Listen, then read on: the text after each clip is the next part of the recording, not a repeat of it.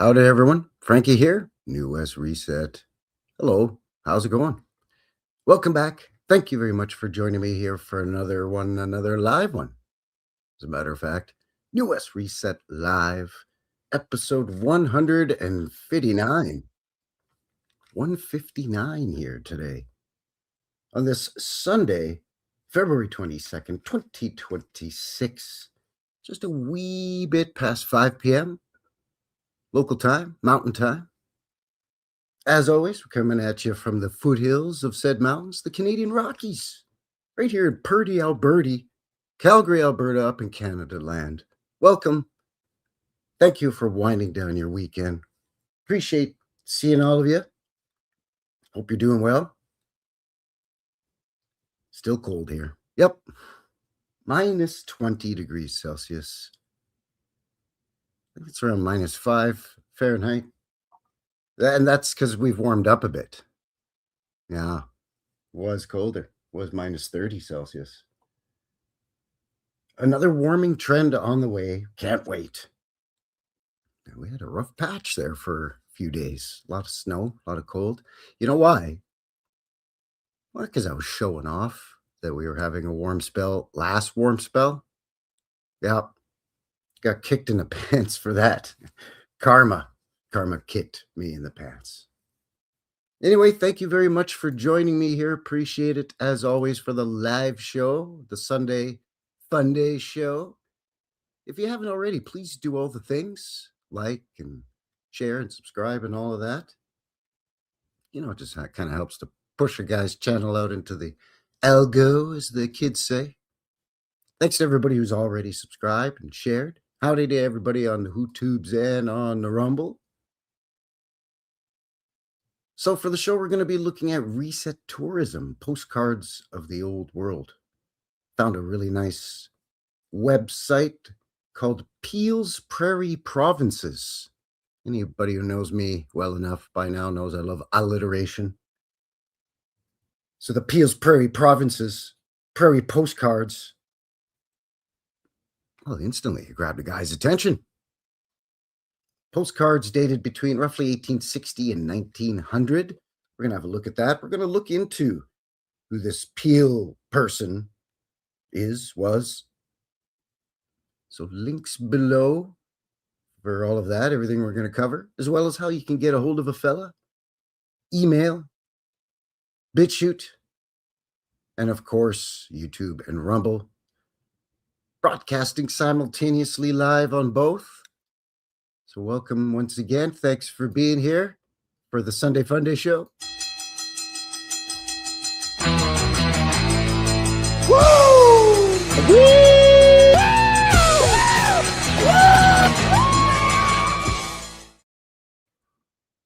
All right, let's say hello to everybody in the chat, in the box. Let me know how you're doing. I hope you're staying toasty warm if you're chilly, and vice versa if it's the opposite. You know, if it's really bloody hot where you are right now, I hope you got some air conditioning going, or I don't know, a drink full of ice cubes or something. KJ's here. Howdy, Kinley Jackson. Good to see you. Teresa's here as well. Teresa Gregory. Hello, hello. Kathy Broughton. Howdy, Kathy. Kathy in the box. There's Ross. Water the tree. Good to see you. Meltological. Hello, hello. How's it going? Chatfitty Tree is here. Hey, hey. Good to see you, bud. How's she going there, eh?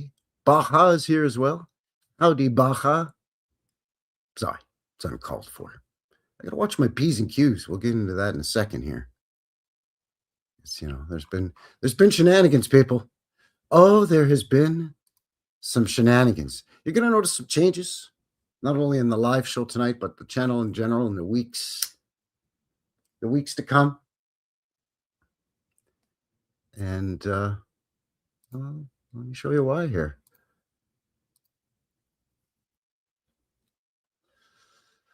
Yeah, I like that. I'm not even entirely sure what they're trying to tell me here.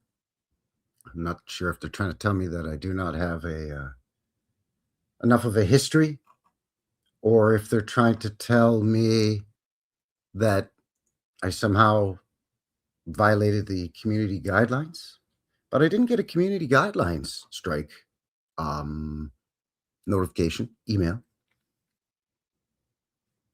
I just woke up the other day there, what was this, yesterday? And, this was waiting for me on my email. Hmm, okay. So either I don't have enough of a channel history or I violated some guideline, but they didn't say that I violated the guideline or what the guideline may have been. Ah, so that's nice and vague. There you go. Thanks. Howdy, Mr. Infinite. Hello, hello. Good to see you. So yeah, nice and vague. So I don't know. So I definitely this is the walking on eggshells thing, I guess. This is how you do it. This I gotta walk on eggshells. Just for a little bit. Not really sure. Like I said, I tried to contact YouTubes, but all that happens when you get that is you get some AI chatbot, and that's just not helpful. So yeah, it could have been anything like sharing a link that you know takes you to some place that's a unauthorized fundraiser. So I don't know, maybe some link to some museum's photo archive was having has some fundraising uh, tab on that same website. I don't know. It could have been something like that. It could have been the impressions I do. Apparently, you can now get in trouble for pretending that you are a celebrity, especially if it's a celebrity that powers who should not be, you know, especially if they don't like them or whatever. Anyway, so as much as I hate to say it, gonna have to tiptoe around here for the next little bit, just in terms of, and as much as I hate to say it, just in terms of language terminology. I hate to self censor, but hey, it's YouTube's and that's the way it is. Sometimes you gotta, every once in a while, put up with a little bit. Oh shit! Everything's fine, by the way, on the other two links below in terms of BitChute and Rumble. Not a problem. Everything's fine. So anything in terms of any, because I say links below for everything we're going to cover for the show, but I don't know if all the links will now be available to see in the description below. Excuse me, the description box below. I can see the links, but I don't know if you can see all the links. There should be some Wikipedia links and that down there because, of course, we're gonna, for the top half of the show here, we're gonna look a little bit into who this Peel fellow was and what's going on with all of that. We'll take a mid-show break as always, and when we come back, we'll look at some of these old postcards. Yeah, yeah.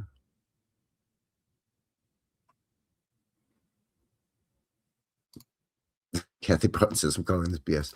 You know what it is, what it is. I mean, it's just gonna have to be careful. Sometimes you got to walk softly and carry a big stick. I don't know. It's fine. That's fine. I'm just not going to be as sharp tongued towards certain groups for a while. I may dance around it a little bit, beat around the bush a little bit, but you're a smart bunch. You're sharp. You'll pick up what a guy's laying down. It is what it is. Like I said, I may make a few changes in the channel, bounce things around a little bit, shake things up.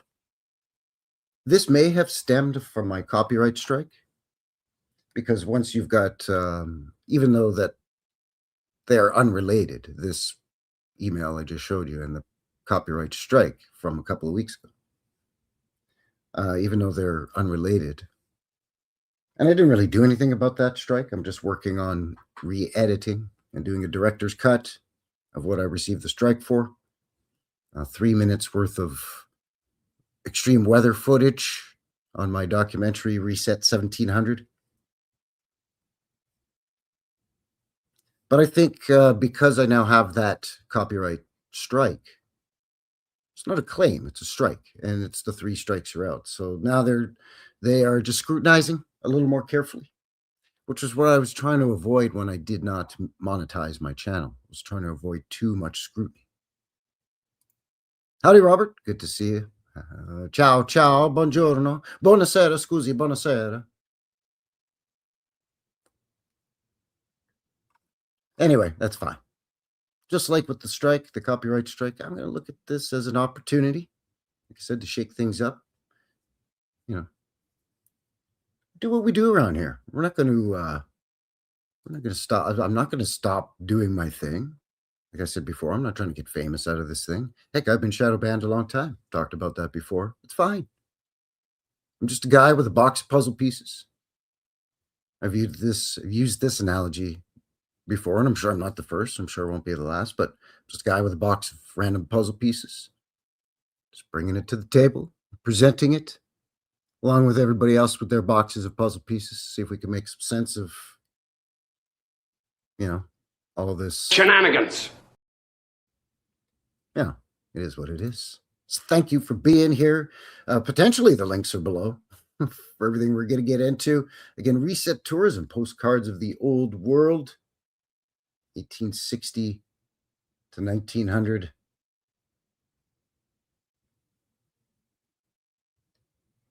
Thank you. Thank you, thank you, thank you. Water the Tree says, keep on rocking. Glad you're here, brother, says Robert. Thank you. Yeah, it's going to be what it is. Howdy, Sage. Dragon Sage in the box. Man, oh man. That video you recently, a few hours ago, uploaded. Walk into the store to get some snacks, and which are essential supplies in the Canadian winter, by the way, because you need those calories to keep your core body temperature up there, eh, bud?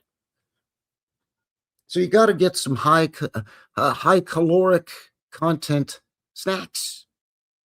Got to get your beef jerky, some kind of corn chip / corn puff snack, maybe some licorice. I don't know. Maybe an O. Henry bar. I'm not sure what you're doing over there. Anyway, good to see you about it. I'm glad you made it there and back. Oof. Tauntaun didn't freeze before you reached the first outer marker. Yikes. Gummy bears. Yeah, there you go. Definitely blizzard. Definitely blizzard there, bud. Oof. Yikes. Anyway, I'm not going to dwell on it. Like I said, I'm just going to use it as an opportunity to pivot and get up on my good foot. You know what I'm saying? All right. Let's quit messing around here now. Get into this thing.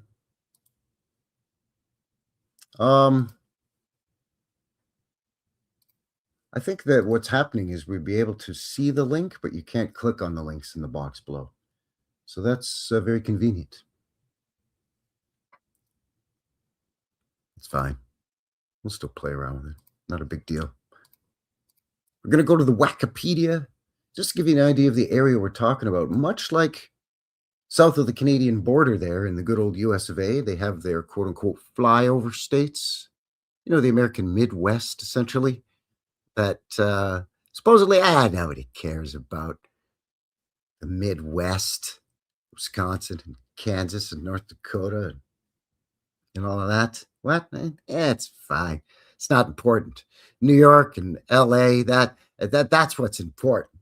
Yeah, that's the gist of it. I'm really boiling it down, but it's the gist of it. Same thing up here in Canada land. The Canadian Prairies are the flyover provinces, if you will, up here in Canada, eh?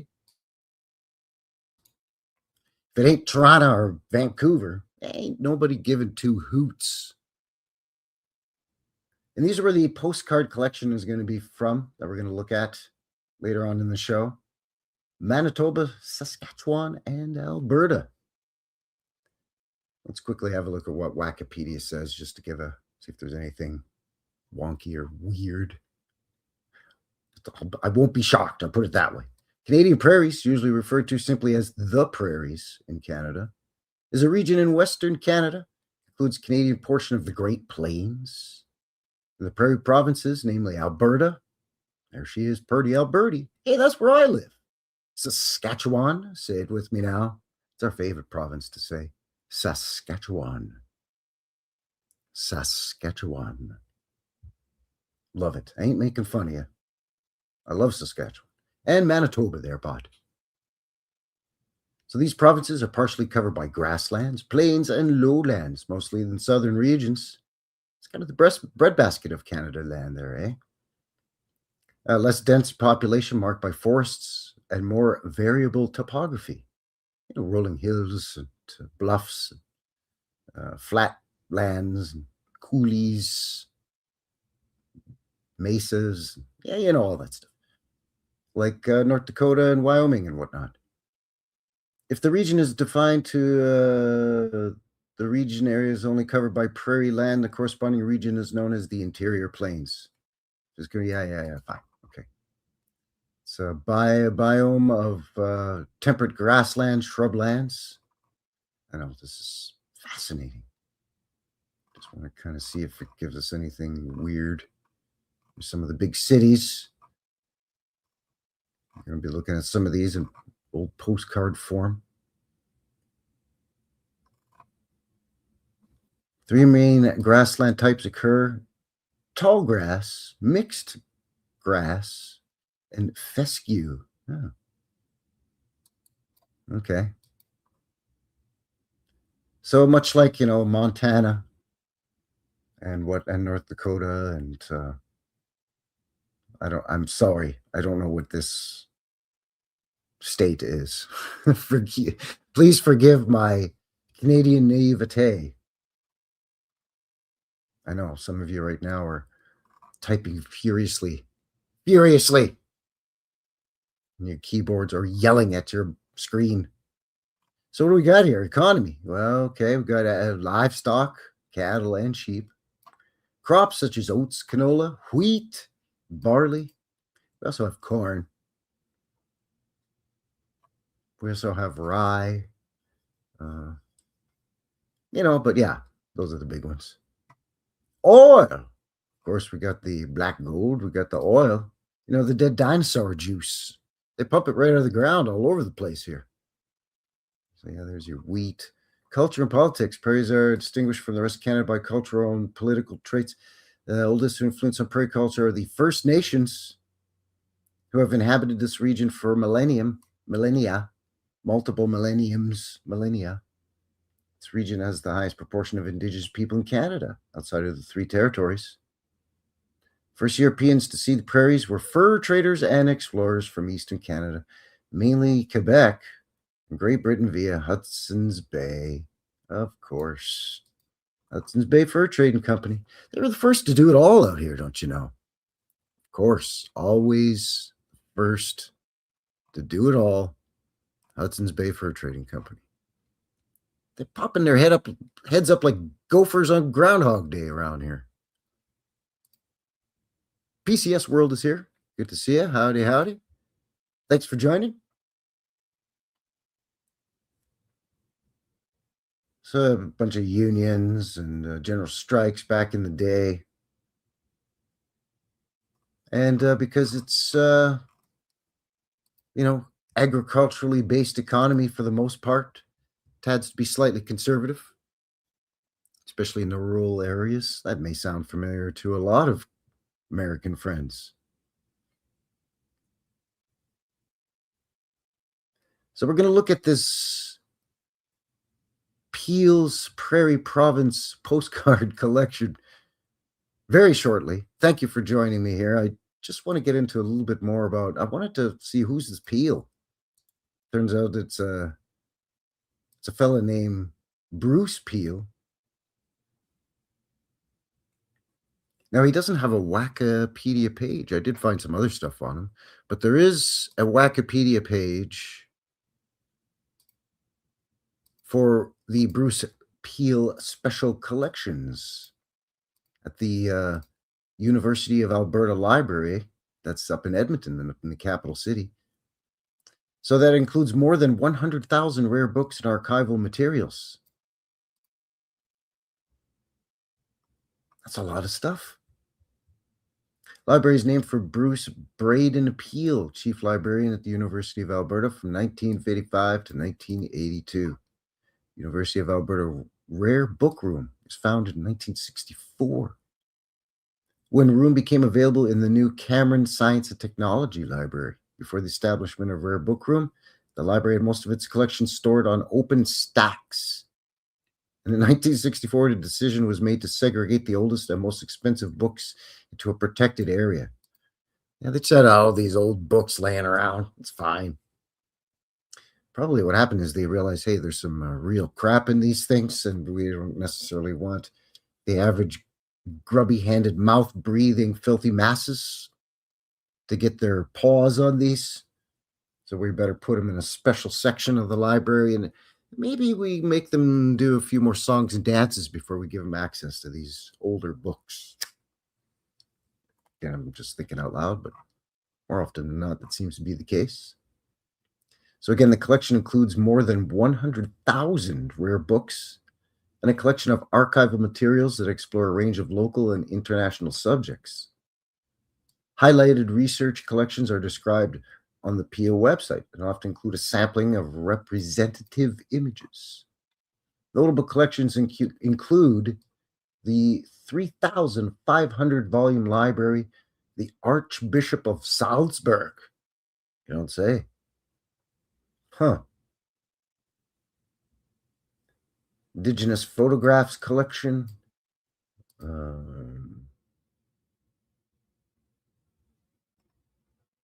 Yeah, and then there's a bunch of exhibits, workshops, so on and so forth, but no website, or no page, I should say, excuse me, on the Wikipedia for Bruce Peel himself. I did find something here. This is the Canadian Association for People who have worked in libraries, archives, and information services. It's quite the mouthful. Let me pull that up so you can have a look at this and see. Like, wait, what? What are you talking about? This is Ex Libris Association. Anyways, Bruce Braden Peel was born in Furland, Saskatchewan, thereby, and he passed in Edmonton, 1998. So he went in from 1936 to 1937. He went to Moose Jaw Normal School. From what I understand, normal schools are where the teachers learn the official curriculum, the official his story, and what to teach the children in the classrooms. From what I understand, that's what normal schools were. Correct me if I'm wrong in the comments below if you're watching this afterwards, or in the chat if you know. Anyways, then he got a Bachelor of Arts in 44 in Saskatchewan, and then a master's in something in 46, and then a BLS. I don't know. I don't know what that is. Bachelor's in Literary Science is going to be my guess because he's a librarian. So he, for 5 years, he was a cataloger of Adam Short Collection at the University of Saskatchewan. Then for 3 years, he was the chief cataloger at the library at the University of Alberta. Then for a year, the assistant librarian, University. Then the chief librarian from 55 to 82. And then librarian emeritus from 82 until his passing in 98.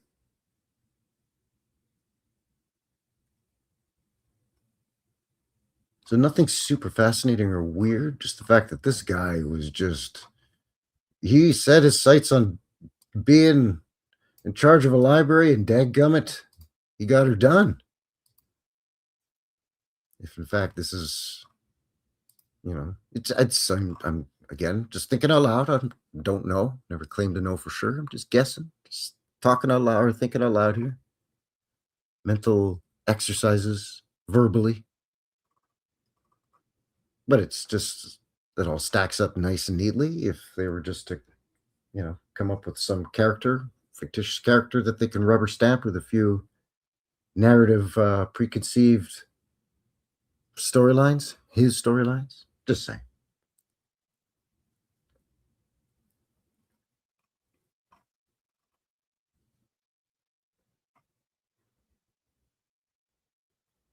Anyway, I also included, if you can see it or access it, I do not know. Again, my apologies with whatever's going on with YouTube's and me being punished for whatever transgressions. But I included, if you are able to access those links, the University of Alberta's library, their Peel's Prairie Provinces, the entire collection, postcards, maps, a bunch of stuff. Some stuff, again, is you can view online and is public domain, if you will. Other stuff is restricted for whatever reason. But with that, just want to quickly show you a couple of things we're going to get into as a preview before this, before we get into the whole thing.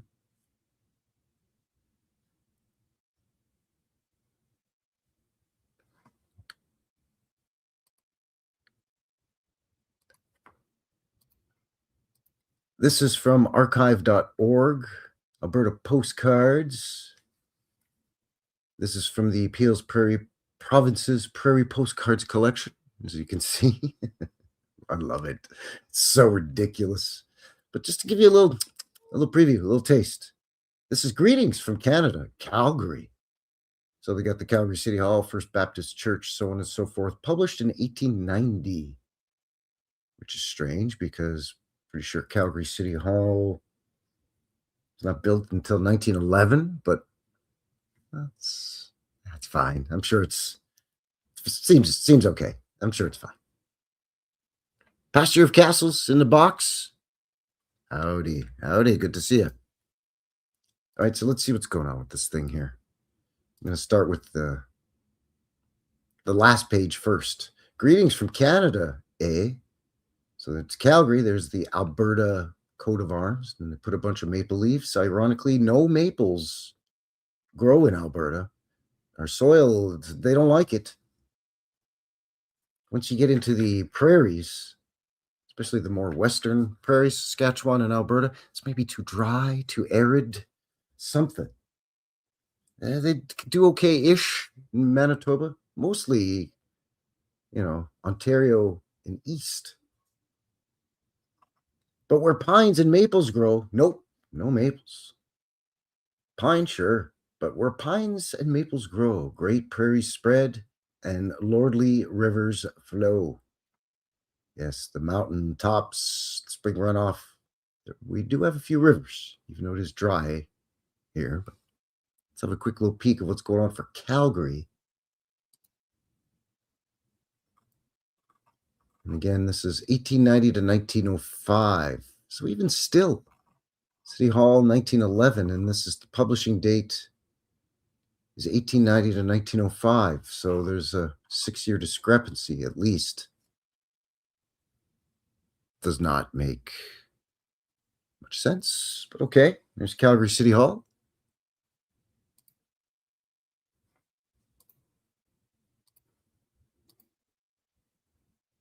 There's the First Baptist Church. Still there. The old City Hall, by the way, still there as well.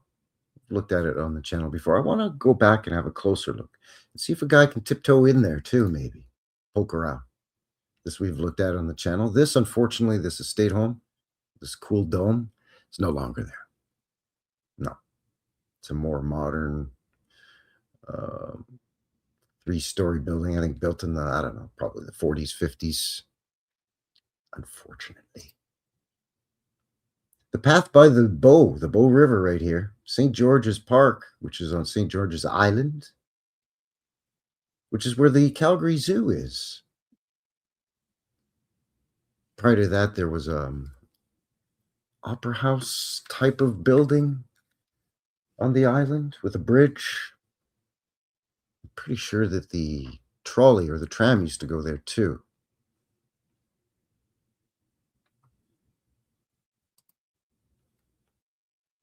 There's Mount Royal. Again, they're calling it Mount Royal Avenue from the hill, but yeah, American Hill is what Mount Royal used to be called. So if this is, 1905, Mount Royal wasn't called Mount Royal yet, but we do have a Mount Royal Avenue. So it's a chicken and egg thing. Was the entire neighborhood renamed from American Hill to Mount Royal because of Mount Royal Avenue? Or did they rename the neighborhood from American Hill to Mount Royal and then change the name of the street to Mount Royal Avenue? You see what I'm saying? Anyway, stone walls everywhere, dome structures. This is still there, as well as the wall and this wall. Looked at this in the channel before as well. They may just vaguely be referring to the top of, or the rise of the street, which is up on a bit of a crest or a hill. I don't know. Just found that funny. 8th Avenue East. A lot of the buildings here, they say are built after '05, so I'm not really sure why or how this publication date can be. It's definitely a discrepancy. The electric tram or trolley is, the streetcar is basically just getting going in '05, barely.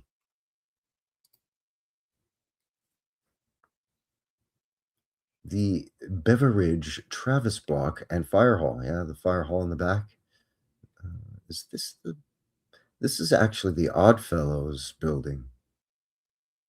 We've looked at this quite a long time ago on the channel. It actually probably is long overdue for a revisit with the new gear. Get better, clearer shots, better zoom, and use the gimbal.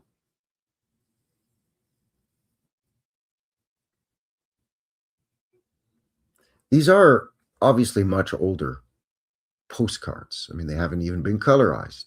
Later on, at least they'll take the time to kind of color in some of the stuff, once you get into, the 19 teens and so on. We'll see some of those because they did start doing them in 1900, but they became much more commonplace, I guess, as we moved up into the 1920s. But it seems strange, like why are postcards a thing? And if you're going to send somebody a postcard, why have cars and buildings? We can look back and appreciate the old world aesthetic of these beautiful structures, but it almost seems to me like there's something else going on with these photographs. Much like the old bird's eye view sketches slash photographs that we see where, and then along either side of the border of the bird's eye view photo or sketch, there's key or notable buildings. It's almost like they're advertising, hey, okay, this place is up and running now, folks. You can come down and we got it all reclaimed and dusted off, and we've polished up another turd here after a reset or something. You know what I mean? I don't know, maybe I'm crazy. Anyway, this is the old Canadian Pacific Rail Station behind the Palliser Hotel. The hotel still exists, but this no longer exists, unfortunately. It's a parking lot now. A parking garage, actually. We just recently looked at this place. This was built in what, going off memory, 1917? At least that's what they say. But again, the publication date, way off. This is the Carnegie Library. Friday the 13th, we did a boots on the ground walkabout of 13th Avenue, and that was one of the buildings we covered in that video. Ah, yes, there we go, the Hudson's Bay. No longer in existence, went belly up. This is the old Hudson's Bay building. It's still there. It at one time was much more glorious than this even, but it's been dumbed down several times. It's had a lot of the flair removed. for whatever reason. I don't even know this building at all. It can no longer be there. It can't be. The Canadian Pacific Railway Department of Natural Resources building. I couldn't even begin to guess where this would be.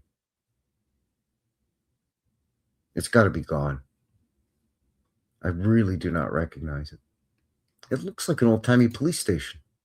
Again, with the round or globe or spherical ball-shaped lights on the lampposts, boink boink, at the bottom of the staircase.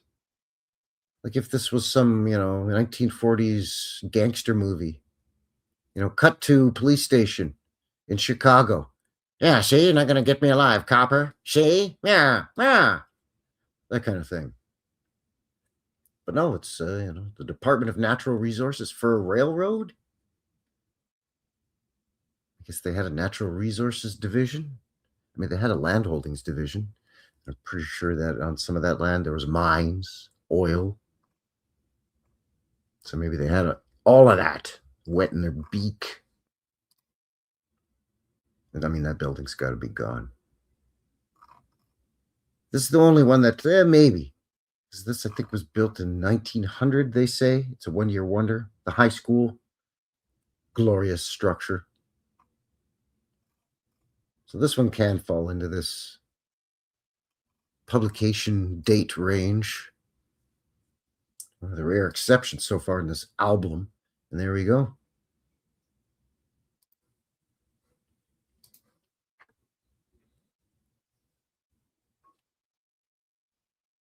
I think there was one other one we'll look at real quick. Then maybe we'll take a mid-show break. Come back and I'll give you a sneak peek. It's your upcoming midweek vintage footage. Yeah, there's one more here. Let me pull this up for you. Excuse me. I jumped the gun. Got ahead of myself there, bud. Got ahead of myself. There's Cousin Vinny. Good to see you on Freemason in the box. Sorry I'm late. I have a note from my mom.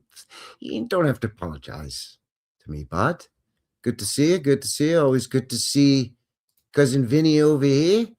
Eh? So now you know what I'm talking about with the whole New West Reset thing. No. What? No. What I said about Frankie Fingers.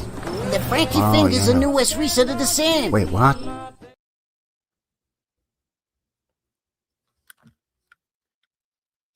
Good to see you. Good to see you, bud. Oops, I was sharing that and I screwed it up. I messed it up. I screwed it right up. Oh, brother, this guy stinks!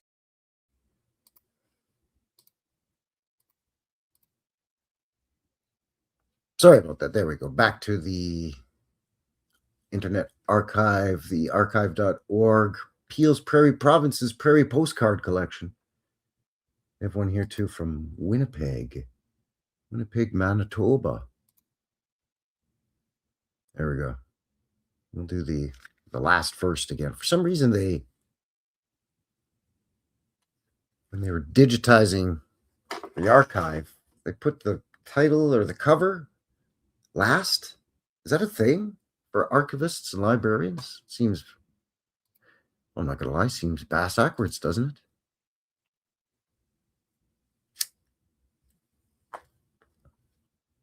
Seems bass backwards. By the way, I got to be careful with sharing those fakey fingers. I mean, I can get in big trouble for that. If you're just joining, I could get into some serious trouble. I could be violating a community guideline or something vague that they don't quite explain in this thing. Some kind of warning email that I got from YouTube. You don't want to misrepresent. You know what I'm saying? You don't want to misrepresent. So, yeah, you got to be careful. I could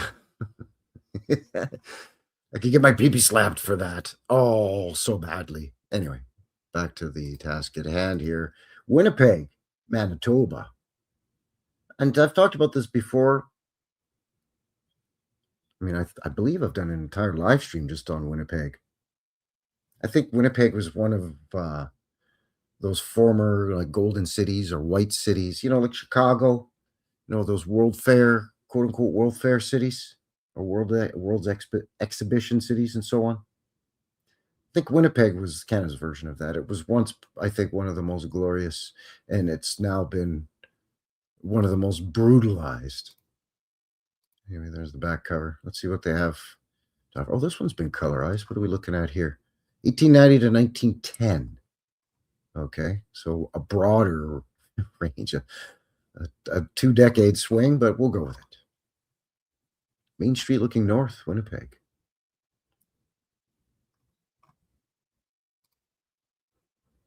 You'll see why I say that in a moment. Aside from the tree-lined, wide streets, promenades, and what you would expect to see, glorious old stone, old world structures. Well, yeah, that's right. Congrats on the hockey for any Americans with the Olympic hockey thing. It's fine. We all know whose sport it is. The Canadian Indians, that's who. The indigenous peoples. Anyway. Royal Alexandra Hotel in Winnipeg. Look at this beaut. All the embellishments on here. The coining detail. Stone and brick combo, obviously. Complete mayhem and madness here. Why would they convert this photograph into a postcard? Again, who's sending these postcards of look at the rat race, noisy hustle and bustle chaos of where I am. Wish you were here. Whoever gets that postcard in mail is like, I'm glad I ain't. Better you than me.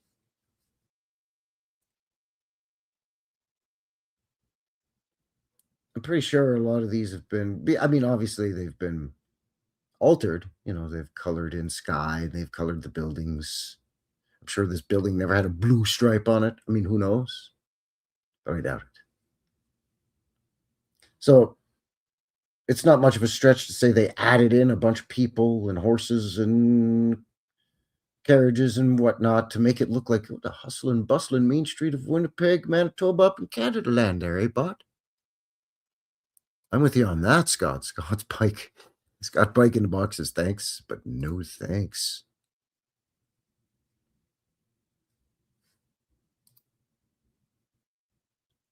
The post office in Winnipeg. Look at this beauty.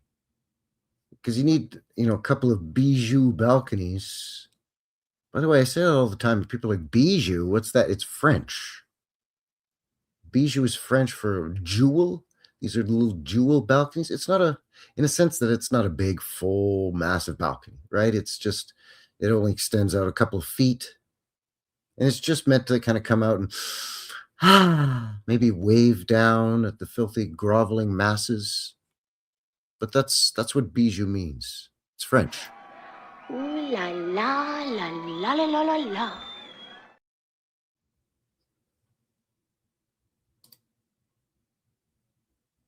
Of course, not to be outdone, they gotta have a courthouse that looks like some kind of castle. What's all this nonsense up around here, by the way? Oh, it's fine. It's nothing. Just some weird bobules or tech of some kind. Super low windows. And then, as always, gotta go up 11 to 4 million stairs to get into a massive arched doorway. Mansard. This is all very Canadiana with the combination of mansard roof with pediments and towers. It's very reminiscent of the Canadian Parliament building in Ottawa. Parliament Hill. The pièce de résistance, sticking with the French. The old City Hall. Gone. Dead and gone like a dodo bird. But look at the former beauty. Again, got to go up some stairs. At least here they're showing you the door. Because these are always an empty cavity under those stairs getting up to the arch door. It's just the lower entrance. So why bother with all of this? Was this at one time just one big, huge, quote unquote, Gothic style entrance like we see in Europe or in the UK? Or in Ruskaland, for that matter? Pretty much anywhere in the realm. I would hazard a guess as to yes, potentially. Portage Avenue, that's the big main, Portage and Main. The big main intersection. Again, most likely added in a lot of these people. They just layer in, the old negatives, take the new photo, they color, they paint it in. Robert's your mother's brother.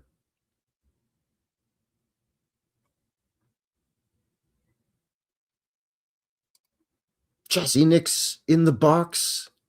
Good to see you, Chassis. Hello, hello. Thanks for joining.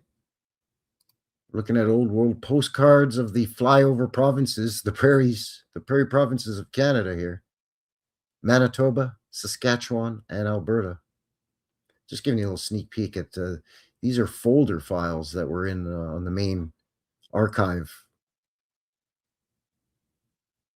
Little flip books that you can keep your postcards in, you see. Oh, there's a nice Canadian narrative for you right in your face. Nope, sorry, it says Norway. Haha. But it is Canada, Fort Garry. Big stone star fort, essentially, right in the middle of Winnipeg. You can see houses there in the background, big estate homes. And then why is that stone castle star fort thing there? That's fine. The fur trading, Hudson's Bay fur traders built it to protect the fur trade. Yeah, that's it. So there you go, a little bit of souvenir postcards of Winnipeg. Royal Alexandra, Winnipeg, The Empress in Victoria. Published by WJ Club with 2 B's, Clubaba. And I think the rest are photos, which I've actually, because they are opened and available to the public, for viewing and downloading and so on and whatnot, I saved them in a file. I got about, I don't know, a few dozen to look at here coming up shortly. That way we can kind of zoom in on them and everything like that there, eh? So thank you for joining me here. What are we looking at here? Coming up on 10 minutes to the hour. I think we're at a good time here. Take a mid-show break. Come back. We'll have a look at said photos. So if you're new to the channel, first of all, welcome. Thanks for joining everybody here for, the usual Shenanigans. It just, that's how I like to do it. So if you're new here, or as a reminder, every Wednesday, vintage footage video, old-timey video footage set to music. Friday, boots on the ground. And Sunday's the live show. So on the Sunday, I always give you a preview of your upcoming vintage footage, old-timey video. This one, I'd like to play a little game. Let's play Guess What City We're In. And I'm talking anywhere in the realm. Again, it could be North America, Central or South America, the UK, Europe. It could be, I don't know, some city in some country in Africa. Maybe somewhere in Asia or in the Middle East. Just never know. So let me cue it up. I believe that it is about 4 minutes long. It's a good one too, by the way. So, smoke them if you got them. Just trying to see. Check the time on 3 minutes. Excuse me, 3 minutes. Guess what city in the realm this is. We'll see you on the other side of 3 minutes. All right. Thanks, everyone. Cheers.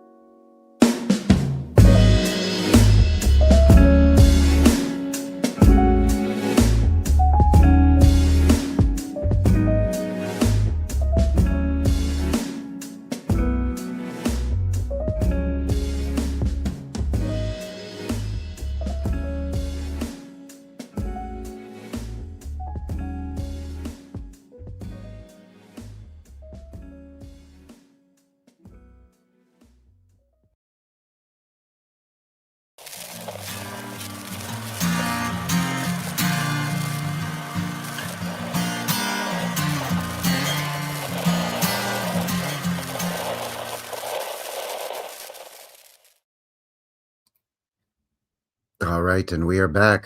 Welcome back, everyone. Frankie here, New West Reset. Thank you for joining me. Thank you for winding down your weekend. Appreciate it as always. If you haven't already, please do all the things to help a fellow out. If you're watching this after the live, I really appreciate all of you and all of your support as well. Thank you. Thank you very much. Thanks to everybody who's already shared, subscribed. Make sure you're still subscribed, because of, goofy stuff going on. Thank you very much for winding down your weekend here with yours truly, New West Reset and New West Reset Live, episode 159, Reset Tourism, Postcards of the Old World, 1860 to 1900, well, really 1905, 1910-ish. So we're looking at the Peel's Prairie Provinces Prairie Postcards collection. That's the best. Thank you for joining me here for the Sunday Funday Show. Woo!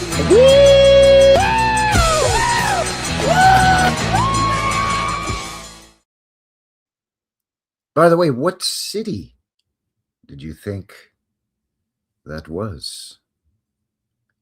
Thanks for being here. Teresa Gregory is here. Good to see you. Dragon Sage in the box. KJ's here as well. Mr. Infinite, hello. Howdy, Hippie. Hippie Shake doing her thing, the best in the biz as always. Robert's here, Channel 53. There's Ross at Water the Tree. Robert. Howdy, everyone. Hello. Thank you. There's Cousin Vinny on Freemason. So let's see if we have any guesses here. Dragon Sage saying Montreal. Montreal's a good guess. Very good guess. We got Martin here over on Rumble, by the way. Always good to see you, Martin. Looks like Europe, says Baja.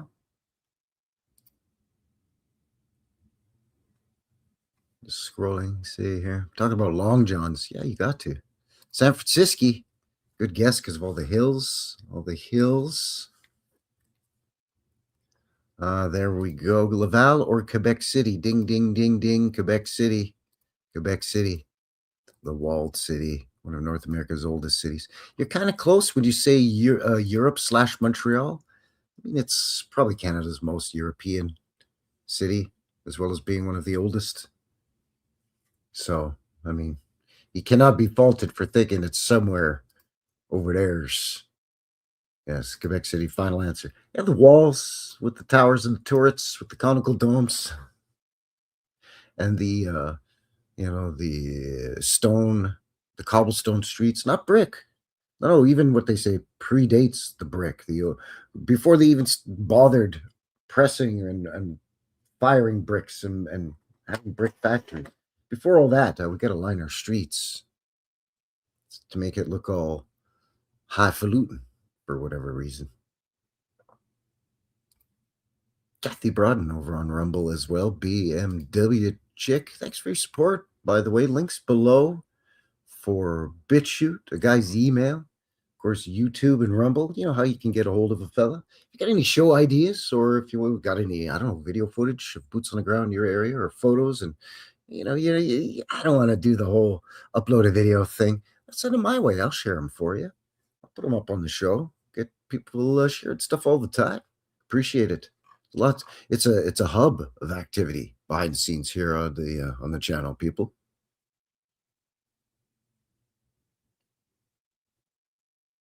Oh, the old cars. I agree with you, Chassis. I love the old cars as well. 40s, 50s, 60s, even into the 70s muscle cars, Yeah, Teresa likes the old cars too. Absolutely. Love them. All right, so thank you once again for joining me here for the show. Links below. If you can see them or grab them or click on them, I don't know if that's working. There's I'm being punished for something that I don't know what yet. I'm looking into it still. I'll keep you posted. So you may notice some changes on the channel as we move forward here a little bit.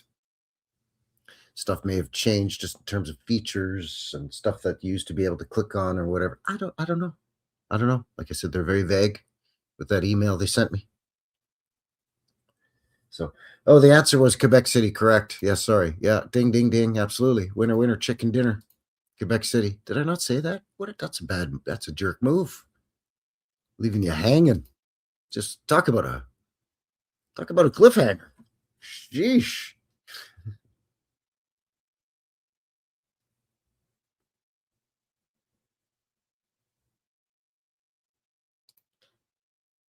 They can't. Okay, Hippie Shake saying, Frankie, people cannot access your links in chat as long as they are blue. So if the link is blue, they cannot.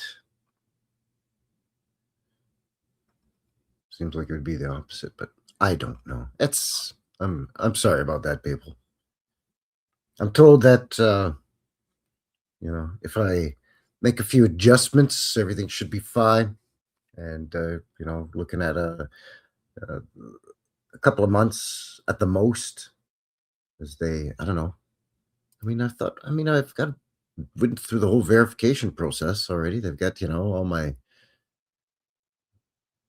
information, contact information, address, and phone number, and all that stuff. So I don't know. Anyway, enough of that nonsense.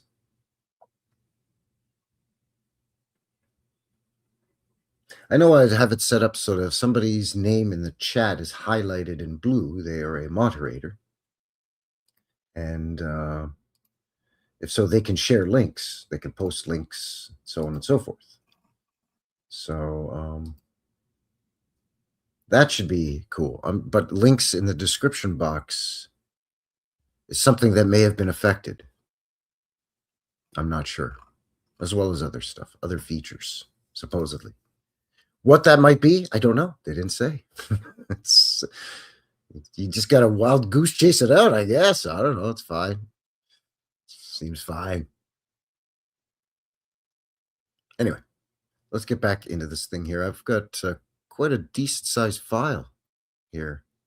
So without messing around and any further ado here, let's have a look at some of these prairie postcards from the Peel's Prairie Postcard Collection. That's never going to get old. I'm sorry. Once I get something dumb like that in my head, I'm like an old dog with a bone. I can't let it go. I don't know. Maybe maybe I got some kind of tism. I don't know. So again, I got to be careful what I say. That could get me in trouble right there. I got to be careful.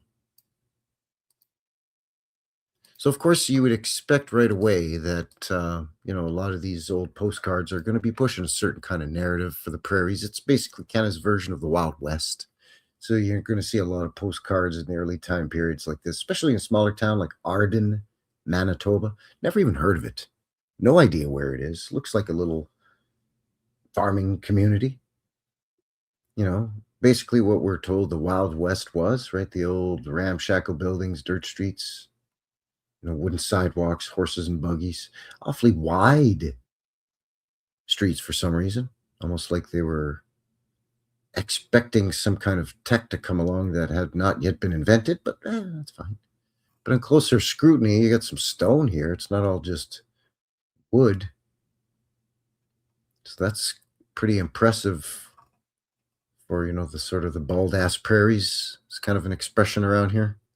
There you got a lower level. You already got mudflood windows at this point? This early time period in the narrative? You've already got a buried window here. All right. Seems fine to me. I don't know. Seems fine to me. I don't know. All right. Cartwright School in Cartwright, Saskatchewan, I believe. This one still has the bell in it, if you can just make that out. That's kind of nice. Stacked brick here. Nice big arched opening. The window in there. Not really sure why. Chris from Old World Exploration talks about this a lot when he shows an old postcard. Why would the photographer take it from this vantage point where the subject matter is supposed to be the school? That's why they're taking the photo to make the postcard. take it from this vantage point where you got trees in the way. You just walk over here and take the photo from standing right here on the other side of the trees and take a photo. It'll take up more of the frame, but I'm sure you can get her all in there, bud. You're supposed to be a professional shutterbug there now.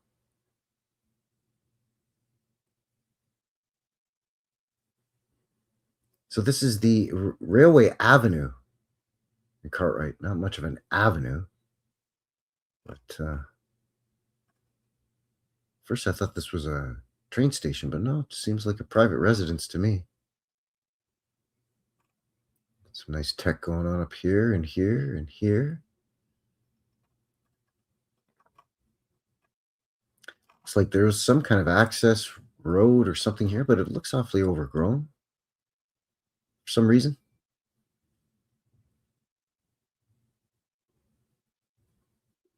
Oh, absolutely. Absolutely, Teresa. Teresa Gregory in the chat says Canada's Wild West looks like our Wild West in that same time period in the US. Yeah. Same narrative. The narrative for Alberta, most especially, is very much like, the Wild West of Texas or Oklahoma, Texarkana, the rodeos and cattle drives and rootin' tootin' cowboys and train robberies and gunfights, saloons, and all of that stuff. Cowboys and Injuns, if you pardon the parlance. But you know what I'm getting at, right? The Indigenous First Nations people. The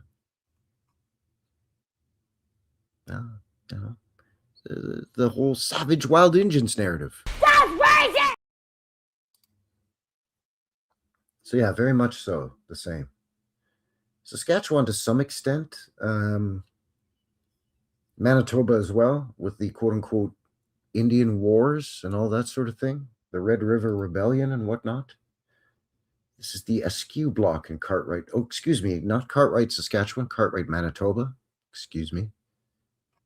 Even though they're small, very modest. Look at this stacked brickwork with this here too. I mean, is this some kind of prank? Again, not that I don't appreciate it. I'm not making fun of it. It is absolutely captivating and beautiful. Even this sort of star. It's not an arch, but it's like a sunburst or a starburst pattern. And then you've got some leaded glass windows here. Watch out for that first step there, Billy Joe. She's a doozy. Why do you have a full door here? Where's this supposed to be? Was there at one time?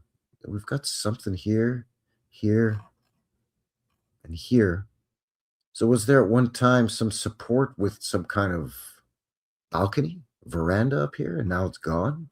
Again, very early time period for stuff to be monkeyed with or damaged already. At least by the narrative, this should all be freshly built. The brand new Pioneer Wild West. I mean, 1890 to, what are we looking at? 1910? Again, you got to go up steps to get in. So is there a lower level down here? I don't know, but we've often seen where these are windows that let light down into a lower level. It's just, upon closer scrutiny, it's very strange. Because, 1892, decades prior to this, you had buffalo, herds of hundreds of thousands of buffalo. And, bands or tribes of indigenous natives. Railroad was just being built through, all that stuff.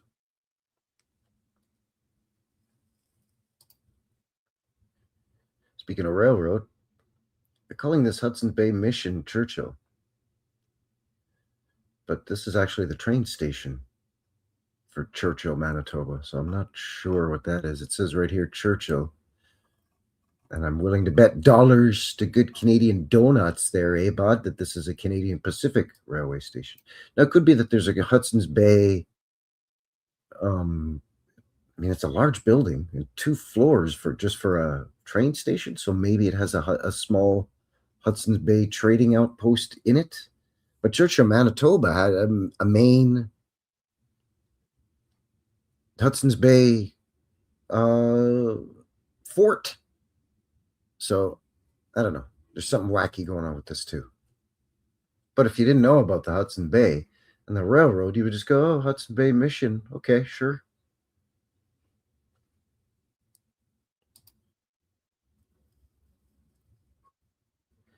The Anglo-American Hotel in Emerson, Manitoba.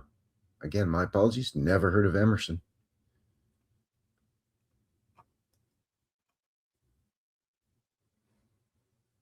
Quite a large structure for some little one-horse dirt road town. Looks like it's already has an addition built onto the bloody thing too. Might be a kitchen or a saloon, maybe. I don't know. Strange how you have two entranceways. It looks like we might have something funny here, but I don't know.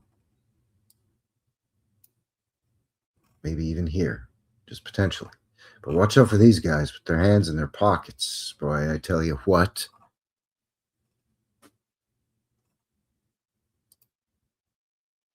This is Elgin, Manitoba. It sort of fits in with the narrative, but I mean, not necessarily. You've got these two-story structures, but then this one is a two-story, but a completely different scale. Look at the storefront here compared to these three. Look at the height of the first floor. It's halfway through the second floor on these adjoining or adjacent structures. Tall ass with doors and windows. This is a different kind of building than these buildings. Even this one with the entrances on the corner like this, I question as being older. Yeah, again, you might have something potentially funny going on here.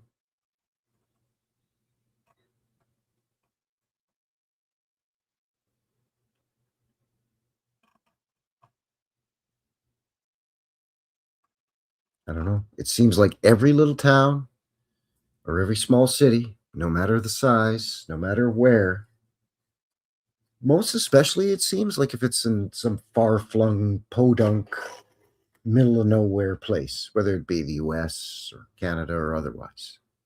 You know what I'm saying? Bartree in the box. Christian Slater, you sound like. Been told that before? How many times? I have been. Greetings and salutations. I have been told that before there, bud. A Canadian Christian Slater. That's Christian Slater. Hartney, Manitoba. This place looks nice. You got like a central area on the street here with some trees. Again, just stack it of brick like it's nobody's problem, even in these little towns.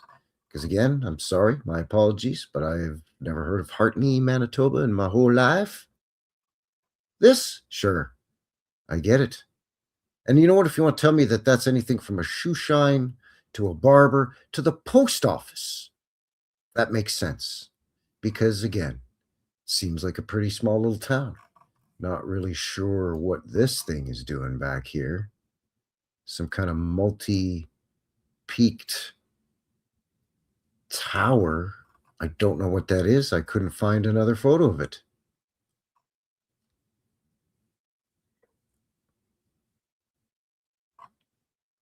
Dragon Sage, sorry to say, got to get some shut-eye early morning tomorrow. You have yourself a good night. Stay toasty, my friend. Stay toasty there, eh, buddy? In that blizzard. Thanks for shooting in. Appreciate it. One of the many residential schools where they would put Indigenous children, just tear them away from their families and tribe members. And oftentimes send them hundreds of miles away to some live-in boarding school where they would be reprogrammed, reconditioned, punished if they spoke their Indigenous language or played their Indigenous games or sang their Indigenous songs. But, you got to do it in a glorious building with cupolas and whatnot. 3 floors plus looks like a lower level here for sure. There's these peppered all over the prairies. I think these were repurposed too. I think these served something else pre-reset, in my opinion.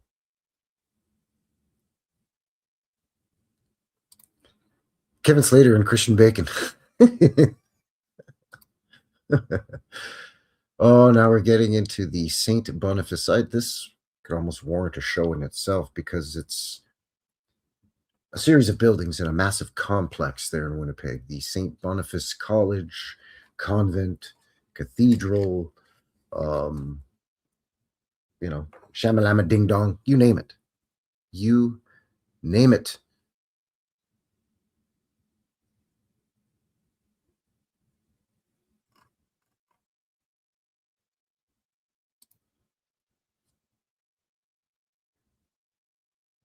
Is Mr. School Winnipeg?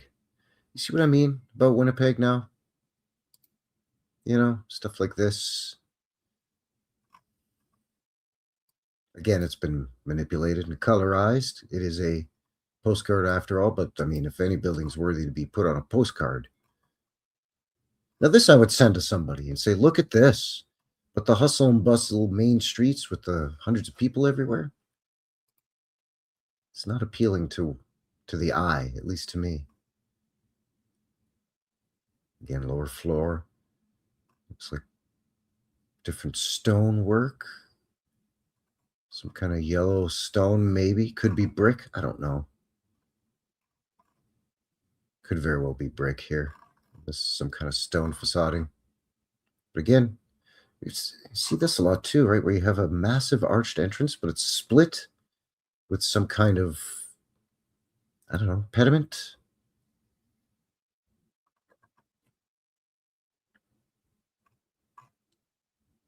Not to mention the tower on this thing and the air exchange and whatever's going on here. Some kind of observation tower with a safety railing.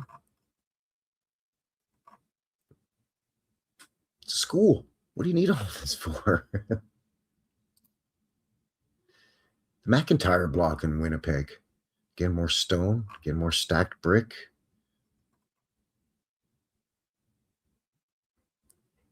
And these are, I think, are more than just postcards. Wish you were here, Gladys, Aunt Gladys. Here's the building where I work in Winnipeg.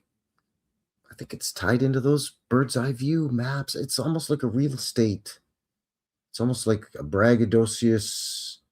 Look what we've reclaimed, what we've renovated, redesignated. Portion of Winnipeg Freight Yards, the largest in the world. See, there it is. Said it before, I'll say it again. Every city or town or state or province has got some big claim to fame. I mean, Winnipeg's no slouch, but even if it's a smaller place that you've never heard of, it's going to have the world's largest this or that, or the biggest this or that in the state or in the province or in the country. There you go. The world's largest freight yards. Winnipeg, Manitoba, Canada land. You ever heard that before? I haven't, and I've been to Winnipeg lots of times. Main Street Viaduct going underneath the right-of-way of the Canadian Pacific Rail. It's almost the identical thing here in Calgary, actually, and almost an identical photo with the trolley or the tram going underneath. Get out of the road, kid. Why are you standing in the road? This kid, I think, was added to this photo.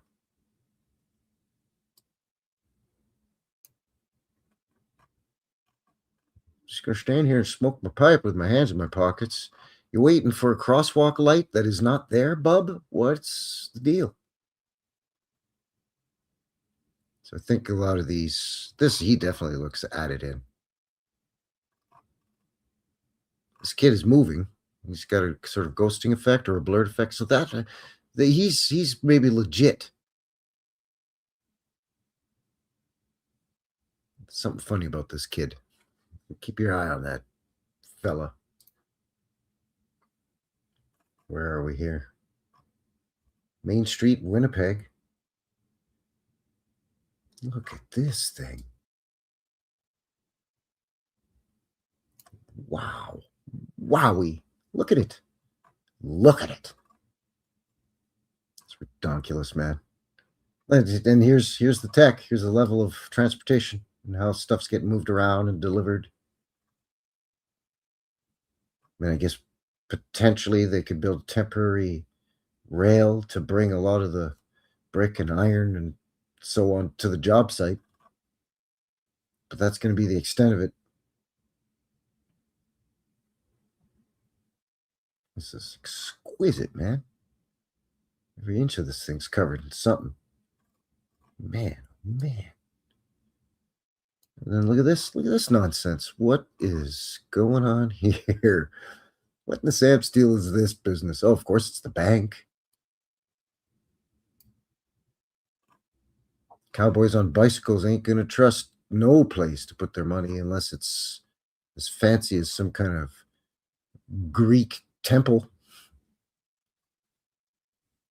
Crazy.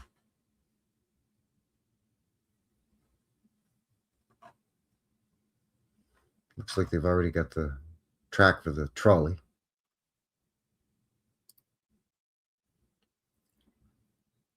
Wawanesa Town. Almost sounds like I'm trying to speak Italian. Wawanesa Town, Manitoba.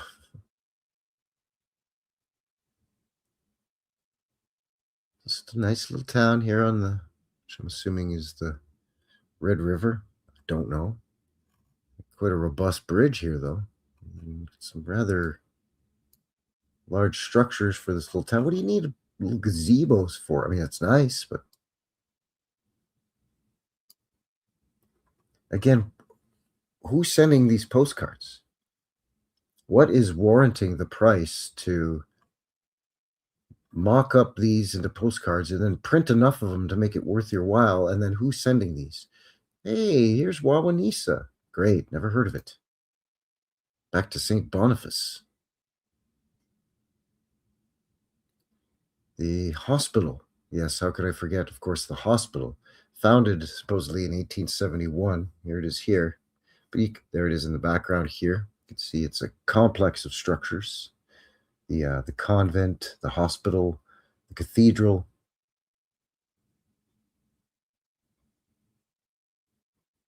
Absolutely exquisite, man. Give you an idea of scale. Here's a couple of automobiles parked in front. So this thing's a behemoth.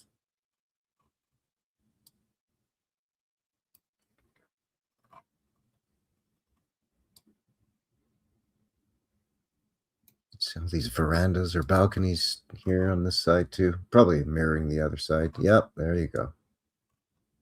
Big smokestack. Oh, this is the backside of it. Backside of this building.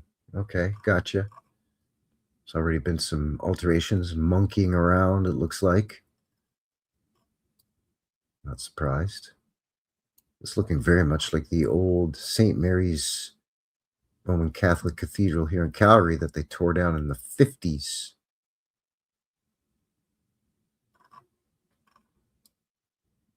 Of course, you got to have a cupola with a dome. You see what I mean? Manitoba. It's on another level, or it was. There's the orphanage. That's the domed cupola here.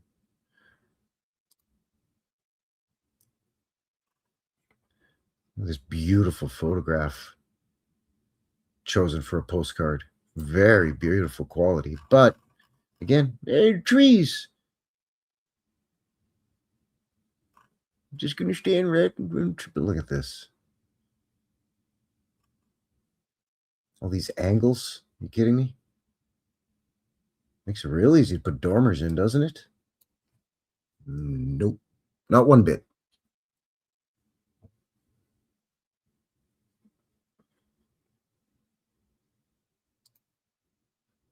Howdy, Cal. Good to see you. My mother was taught by those nuns in St. Paul. Really? Well, I mean, it's a pretty big place. So if you're from Manitoba, you've got some family roots, then yeah, I guess. Especially if you're Catholic, right? The Alexander School in Moose Jaw, Saskatchewan. That's right. The place is called Moose Jaw. So what? I know, crazy name, Moose Jaw. If you look up the history behind the name, they give you like 3 or 4 different cockamamie stories. None of them really make sense, but all of them could kind of pass for their legit story. So, But what's funny about this is, again, you got to go up a bunch of stairs to get into a huge arched doorway. Nice details here. These look like fascies, maybe, or torches. I don't know. But now you've got a side entrance, but you only got to go up 1, 2, 3, 4. And let's call it 4 with the threshold. 4 stairs. But here you've got to go up 2, 4, 6, 8, 9, and a threshold. So where are you going when you're going in here that's different than in here?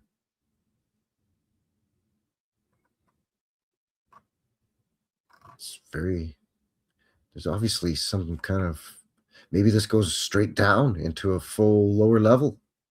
And then this, you walk into a foyer, and then you go up another. I bet you there's another flight up to this floor, which they're calling the first floor. I mean, this is not unusual in and of itself, but when you've got 2 different levels of, entryways, it's just odd. Camrose, Alberta. Hey, I've been here. Just a little, literally 1-horse town. You can see how built out it is in the background. You got some spires and some towers. And again, I can't reiterate this enough. Super wide streets, even in a horse and buggy and wooden sidewalk days. Big ass wide streets. But then again, you still have some stone buildings here, with arched windows and keystones. And something funny going on here, maybe. Potentially.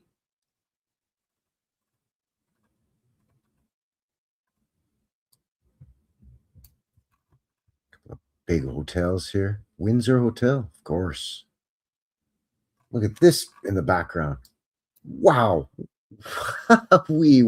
Hello. Sneaking right in there. The nuns were all French. Yep. Not surprised. Not surprised if they're Roman Catholic up here 9 times out of 10. French Canadian. This is an arch erected for Premier Laurier's reception in Red Deer.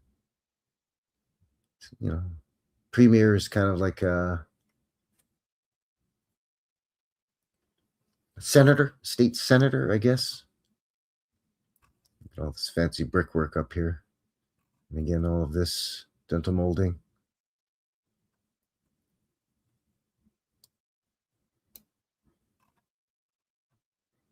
Obviously a temporary structure, but they've electrified it. Careful now. Careful with your sheaths of wheat on top of this structure. I just found this to be an interesting photograph, that's all.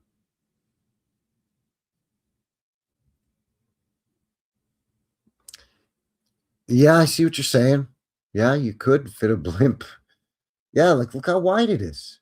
It's wide enough for 2 directions of traffic, or 2 lanes going one direction and 2 lanes of traffic going in another direction, with 2 trolley or tram tracks in the middle going opposite direction. You know what I'm saying? A 6-lane road here. And even the side street, which here looks like you still have a ranch or a farm on the side street with these buildings.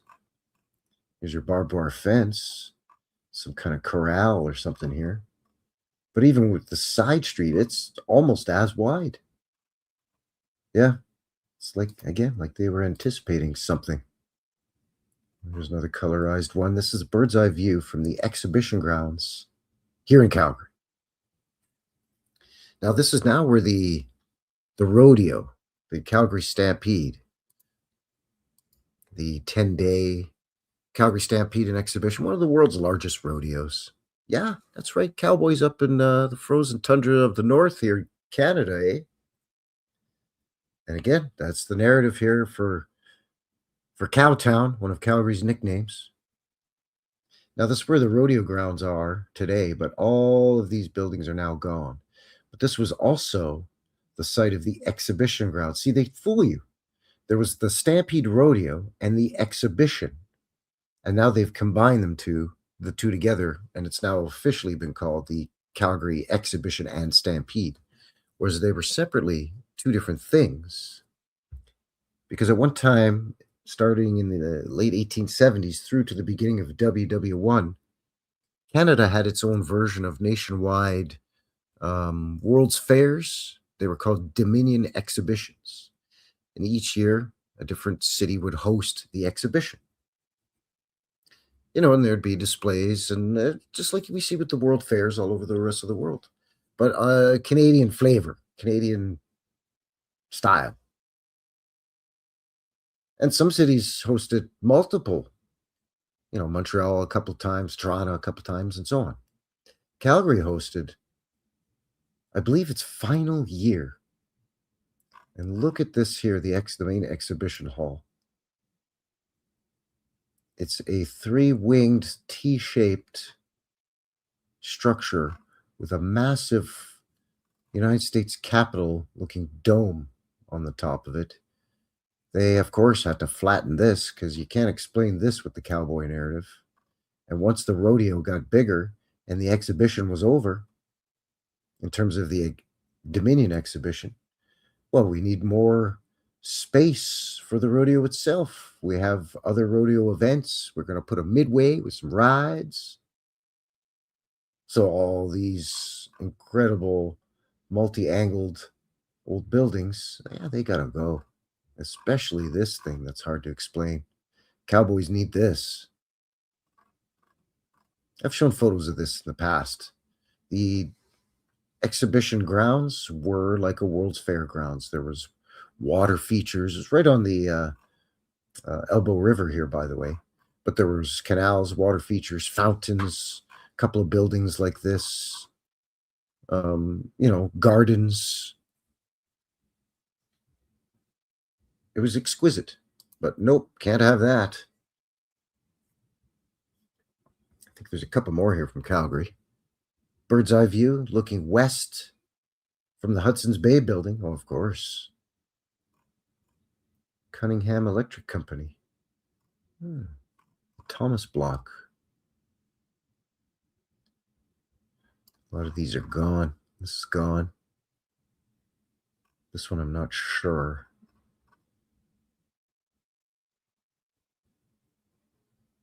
It depends what street and avenue intersection. This might still be here. This is still there, I think. Looks familiar. That's I think the police headquarters, the old police headquarters. There's the school.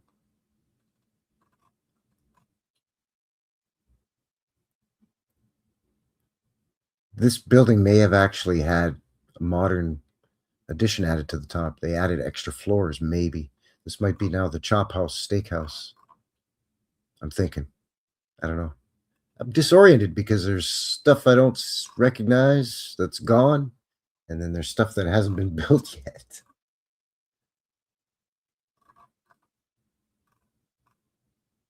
Crazy stack here of some kind.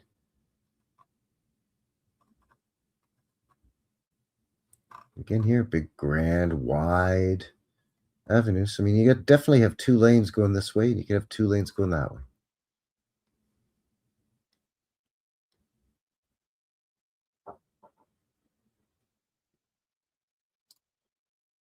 Oh, I wish this was still around. The Baptist Church. Shame this is gone. Look at this. Again, too hard to explain what's going on here. Cowboys did this. What for? Why did they need it to be so fancy? Right? If it's just some dusty prairie town. Because they'll tell you, the Mounties had to build a fort here. It was wild out here. There was the wild Indians and the fur trade and the whiskey runners and the cattle and horse rustlers.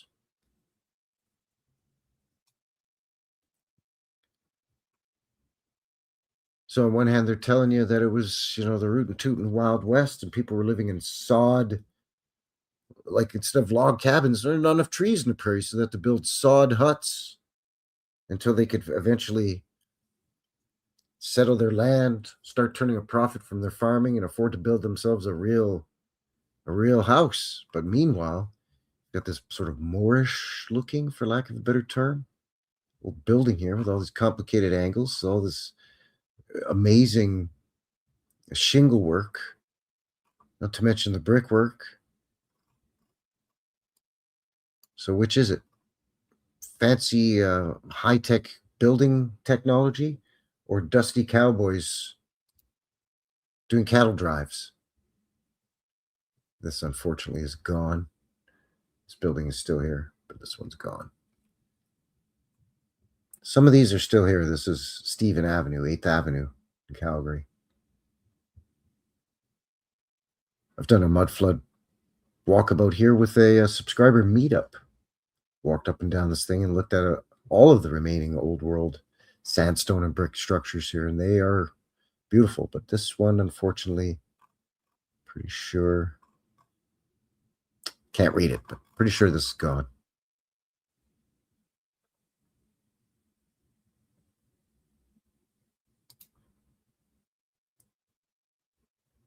Queens Avenue Public School in Edmonton. I don't think this is still around, because when I was up in Edmonton, not this past summer, the summer before, I didn't see this. Again, what a beauty. Can't tell if the bell is still in this one, but, you know, again, just going to stack the brick, and then this crazy patterned brickwork. Portals, arches, stone and brick. This means something. It's like a mini turret rocket ship shaped thing, and it usually has either a conical dome or some kind of dome on it. It's almost like a miniature little castle turret, but it's super tiny. It's just stuck on there or built into it. You can't get inside. It's too small. But I've seen these before. It may mean something. It represents something. Just can't put my finger on it. You got to think, you know, the Root and Tootin' Wild West, they're having to, you know, shovel out these foundations, load them into horse-drawn carts, and haul the dirt out. If we're to believe the official narrative of the stories of the build times on these things, you know, Edmonton is not exactly, 72 degrees Fahrenheit, 20 degrees Celsius year round. They have long, cold ass winters up there. Worse than the winters here in Calgary.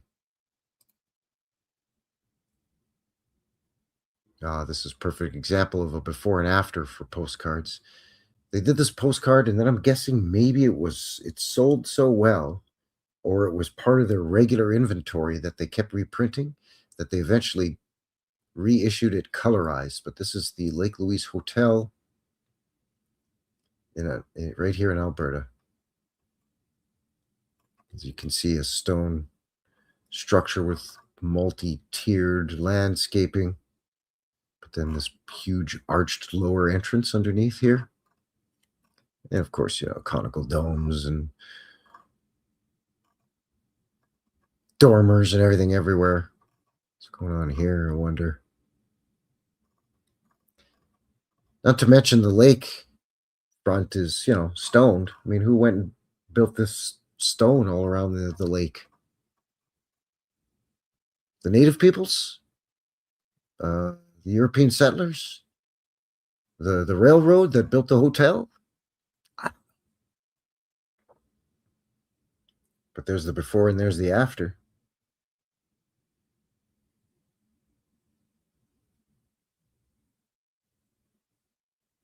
Postcard's so nice, they printed it twice. It is a lovely building. It's still there, but it's been added to now. You can't really recognize it anymore. The Wesley Methodist Church in Lethbridge, just south of here, very close to the American border. I forgot that Lethbridge had its own trolley or streetcar tram. Again, more of this glorious, massive stuff in these dusty prairie towns.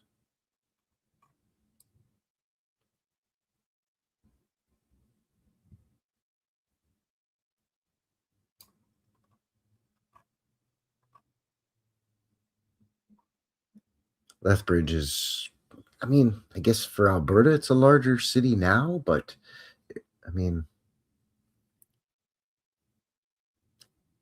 I think it's maybe not even 250,000, a couple of 100,000. But I mean, back in this time frame, we're talking maybe 10, 20,000. 3rd Avenue looking west, Park Square in Lethbridge. Look at this, Park. And then whatever this big, huge brick thing is here. Again, you got to have a trolley in there, but tree-lined streets, fancy light posts, all of this huge detail. I don't know. It's like they're advertising something, and not just, hey, come out west and help to live the dream of, expanding westward. And there's a reason why they're colorizing the buildings with these brighter colors. Again, sometimes they put blue and yellow, and I don't know. Jasper Avenue, famous main high street in Edmonton, probably the most famous.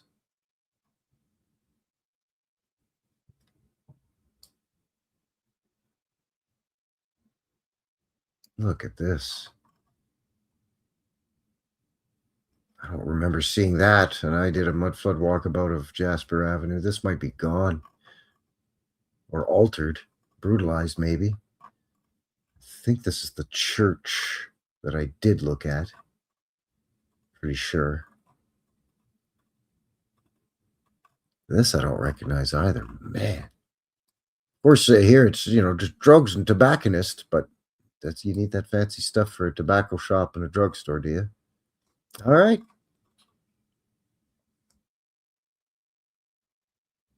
Well, in a sense, you're right, KJ. Kinley Jackson says it's all fake.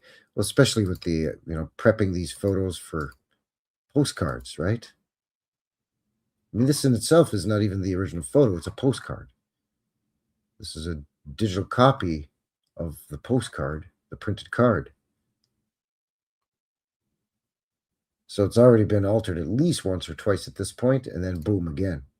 And every time they mess around with it, more and more detail gets kind of lost, right? So yeah, I see what you're saying. That's Crystal Lake. Look out, man! It's Camp Crystal Lake. Yeah, Jason's gonna jump out right here and give you that final jump scare.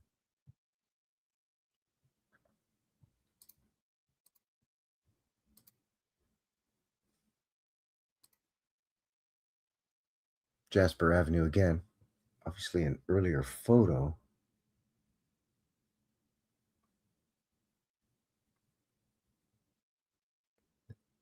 You don't have the tram in yet. Streets are still crummy dirt after the tram has been added. This is pre-tram. Still got some of this glory, though. Wow.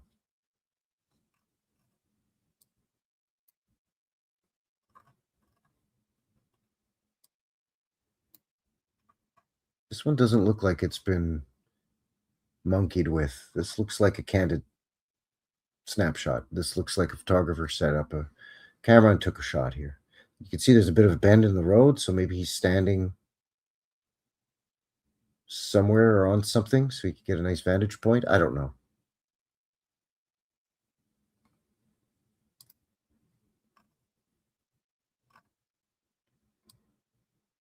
This one, the same thing. I don't think they added people in. I think sometimes they add people in and it makes it look fake. If they just left it alone, it would be more appealing. I don't know. Maybe it's me. This is Strathcona, so this is on the south side of the North Saskatchewan River. The north side is Edmonton. Strathcona is now basically part of Edmonton, but at one time it was a separate town.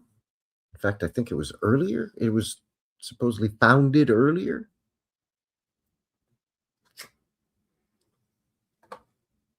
I just found this to be a very interesting photograph.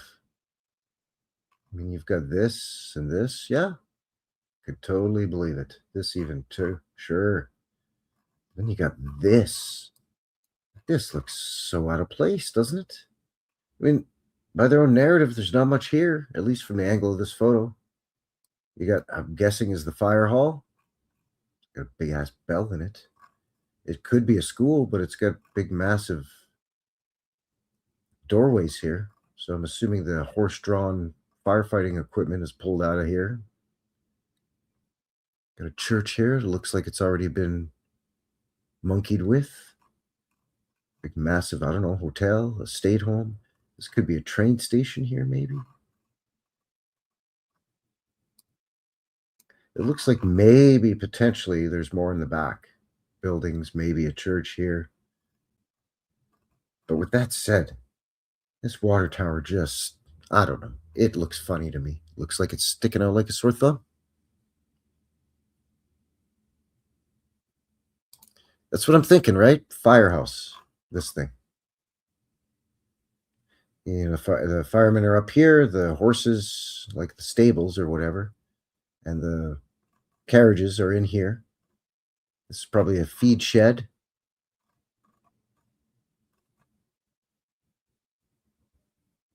This looks like some kind of dry goods or mercantile or something. Who knows? But this is just crazy. I don't know what's going on with this thing. I mean, it's obviously a water tower of some kind, but it just looks funny to me. Just it is what it is. Looks strange. Another Jasper. It seems like a lot of the old postcards of Edmonton, there was this obsession with Jasper Avenue. Not a lot of the old individual buildings. I mean, there's a cool old prison here that is made out of brick. It looks like, was it John Levi recently? Was it earlier today? John Levi did his Sunday video. Was it about old prisons? I think it was. It looked like one of those. That would definitely be something that I could see them putting on a postcard, but for some reason, on this collection anyway, a lot of this big, long shot of Jasper with the church at the end. And this thing.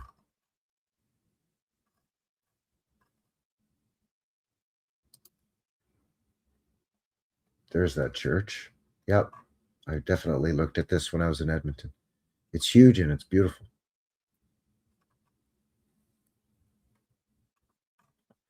Empire series. British Empire. The Commonwealth. Look at this.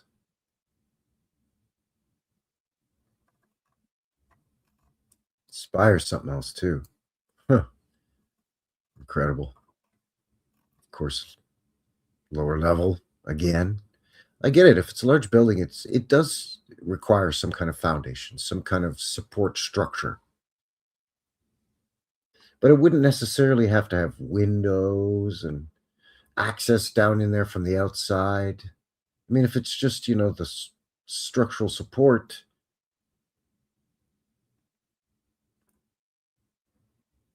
That's why these always just seem odd to me.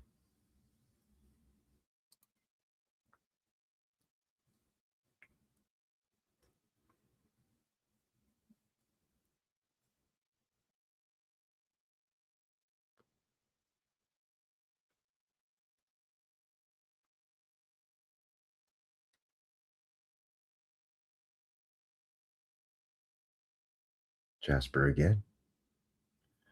Looking east. Looking east. Okay. Bank of Nova Scotia. Okay, this building I think is still there. The Empire, again with Empire. The Empire Block. 1903.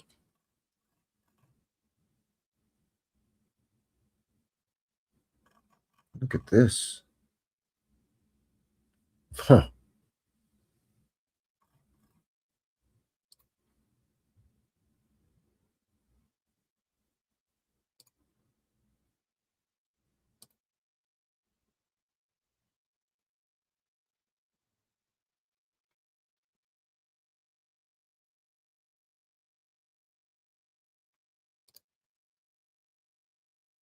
Sorry, I'm having some kind of technical difficulty here. There we go.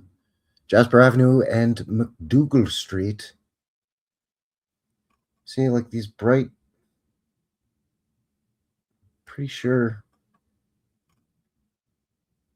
I mean, I guess they're just signs, really, and trim. So maybe they were bright like that. I don't know. We get so used to seeing old black and white photos, no matter how crisp and clear and high resolution they are. glass plate negatives and whatnot. We're so used to seeing like sepia or black and white. Is that a dog? Why you only got two legs? Is this some kind of two-legged dog? What's this, an Ewok? What the Sam Steele is that thing? Anyway, going off topic here.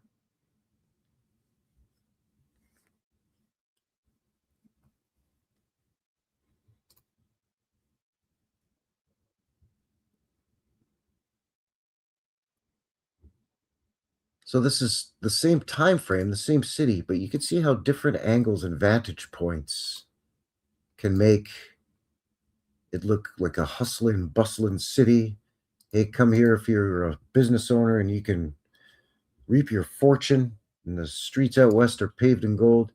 But then they can take it from a different vantage point. Calling this a panoramic view of Edmonton. It's just one intersection, basically. And just make it look like some little Wild West narrative podunk town. The manipulation, it seems, is boundless.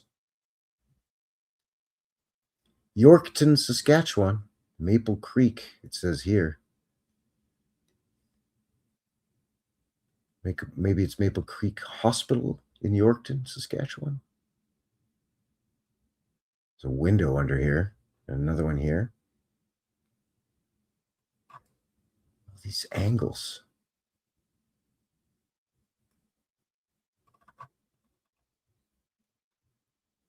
The coining detail. Again, it's not super extravagant, but there's even in the modestness of this, there's embellishments that need not have been done. You'd think, they're just getting a foothold out here in the West. Yeah, I get it. You got to build schools and hospitals and post offices and town halls. But does it need to be super embellished like this? Where's all the money and the resources coming from? Look at the empty streets. Where's all the workforce coming to build all these? Because the narrative will be, these are all built within like overlapping construction jobs within a 5-year period. They had multiple projects going at the same time. So it just makes one wonder, because big wide streets, big massive buildings, and aside from where they quote unquote Photoshop or old-timey version of Photoshop in a bunch of people in that busy Main Street, Winnipeg, Manitoba postcard we saw. I mean, if it's just a natural candid photo like this, snapshot, it doesn't seem like a lot going on. Jasper Street, Maple Creek, Saskatchewan. Is this like a temporary city? Did everyone just show up a month ago? How high some of these sidewalks. I'm assuming they don't look like wooden sidewalks here at this juncture. Look how tall that is. They don't pour sidewalks that thick these days.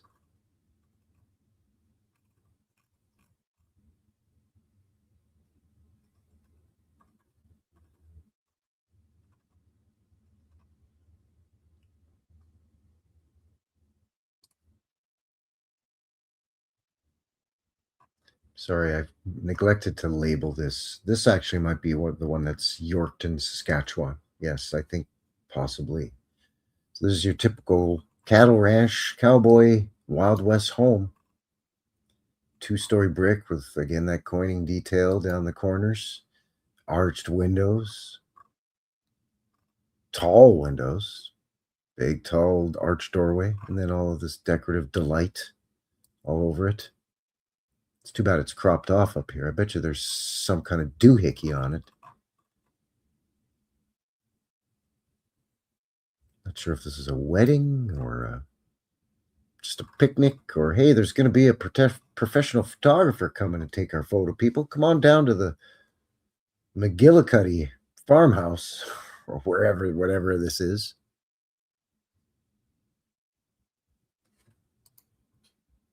Look at this place, the University of Winnipeg. Of course it is. Again, the old world grandeur of the Winnipeg of the past cannot be expressed enough. The old air exchanges that we were told are chimneys, not to mention the bobules and doodads, dormers. And again, a massive arched entranceway. Then you got to go up some stairs to get into a stumpy looking door. As embellished as this glasswork is, it still looks stumpy here.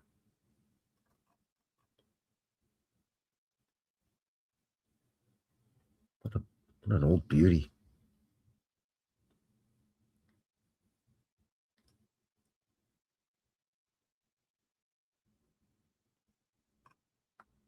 Howdy, Sig. Sig Sauer in the box.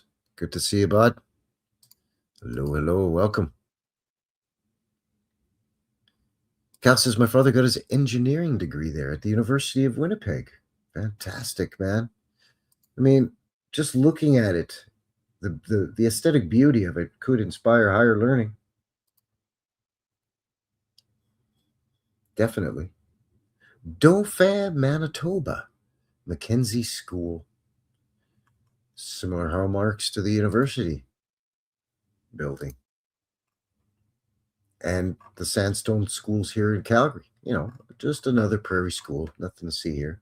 Big 3-story school with dormers and big massive blocks, grand arched stairways and entranceways. I kind of wish I went to a school like this, though, man. Carberry, Manitoba, public school. What did they cut around here? There's a bell, but no bell tower? Is that what you're trying to tell me? Looks like maybe a chimney with some rickety wooden platform with the exposed bell? Is that what I'm seeing up there? I mean, Carberry's, again, never heard of it. It's a pretty small town, so, I mean, I suppose. I mean, it's definitely a bell. There's the bell. There's the knocker. Pardon. You heard me. The knocker in the bell. And then the big flywheel that you know, dang, clang, clang. It's the bell, right? Strange, no?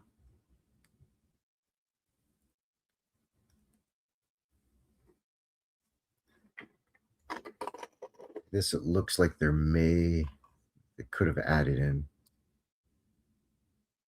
Either that or they said there's going to be photography here, so let's get all the staff, faculty, the janitor, everybody, the lunch lady, everybody, all the kids, and get, all right, kids, just tussle about and play about and try not to look in the camera.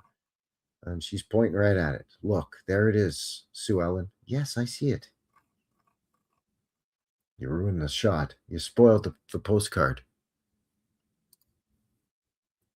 Wolseley, Saskatchewan. Again, just someplace no one's ever heard of. Can you have a wooden frame church? Yeah, they could, but it's never going to use brick from however they got the brick out here. We're going to do peaked arch windows and doorways. We're going to put it's very modest and tiny, but we still got to make sure we can put a portal in it. Looks like I can see whispers of something up there, maybe. Not to mention this structure beside it. I'm assuming they'd say that's Padre's house, Padre's abode. St. Mary's Catholic Church in Winnipeg. Not enough to have a spire on it with all this nonsense and this beautiful detail, but we got to have a conical dome on a turret too. Just for shits and giggles, eh? Not to mention whatever this doohickey is doing. I think if the postcard's old enough, they didn't even bother taking this stuff out. If this was a modern postcard, you know, this would be gone. If this building is even, church is even still there, I'm sorry, my apologies, I don't know. I'm going to assume it is.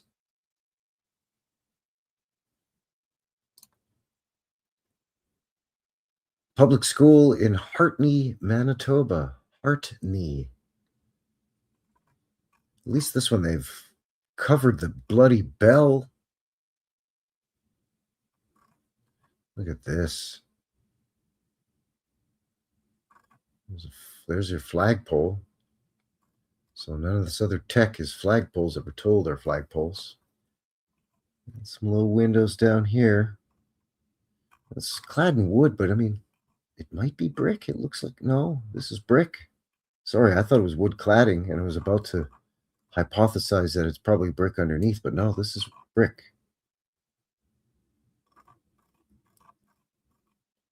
Out here in the middle of nowhere. Hartney, Manitoba.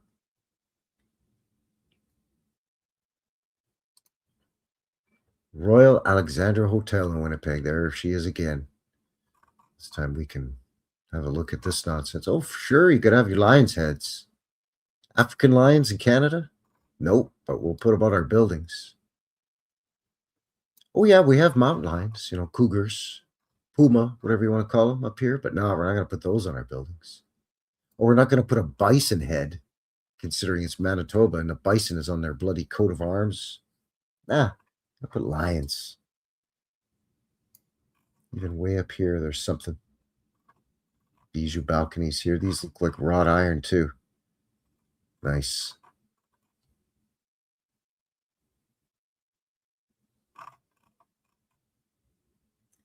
What a beauty.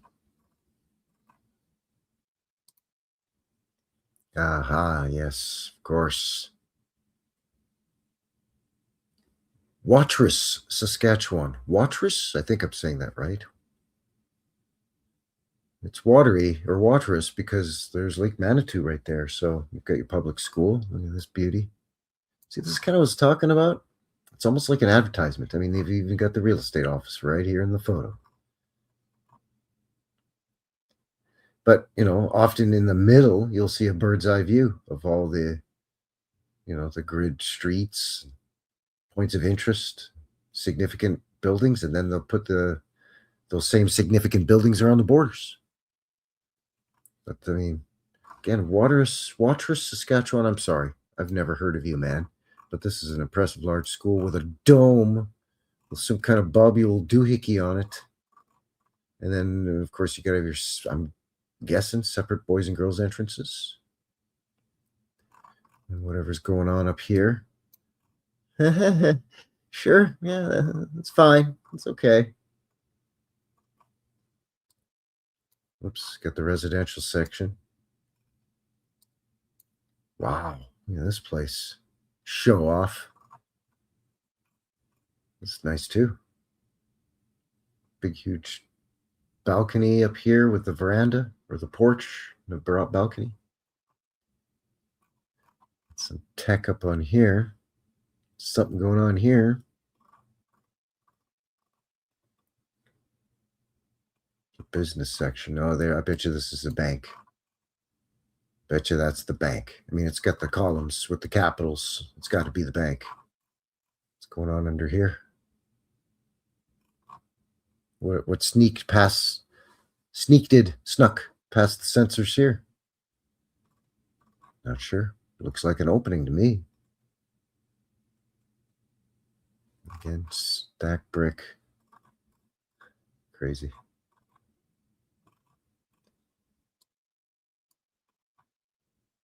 Really high sidewalks again. Look how high. It's got to be 2 feet high. If you step off that sidewalk the wrong way, you're going to twist your ankle. Look at this crazy photo effect.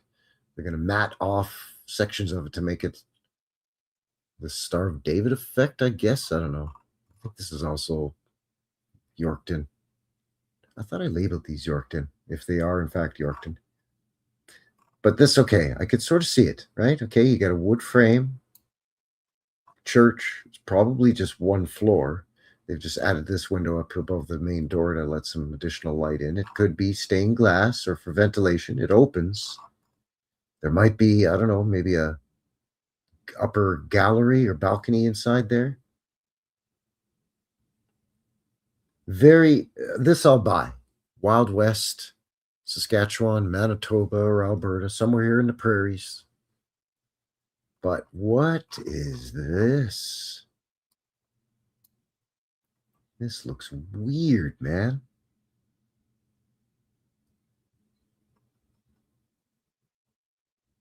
I would say, oh, well, they're in the process of building their spire. They just haven't put the wood cladding or whatever over it yet. But I mean, this already looks like it's been here a while.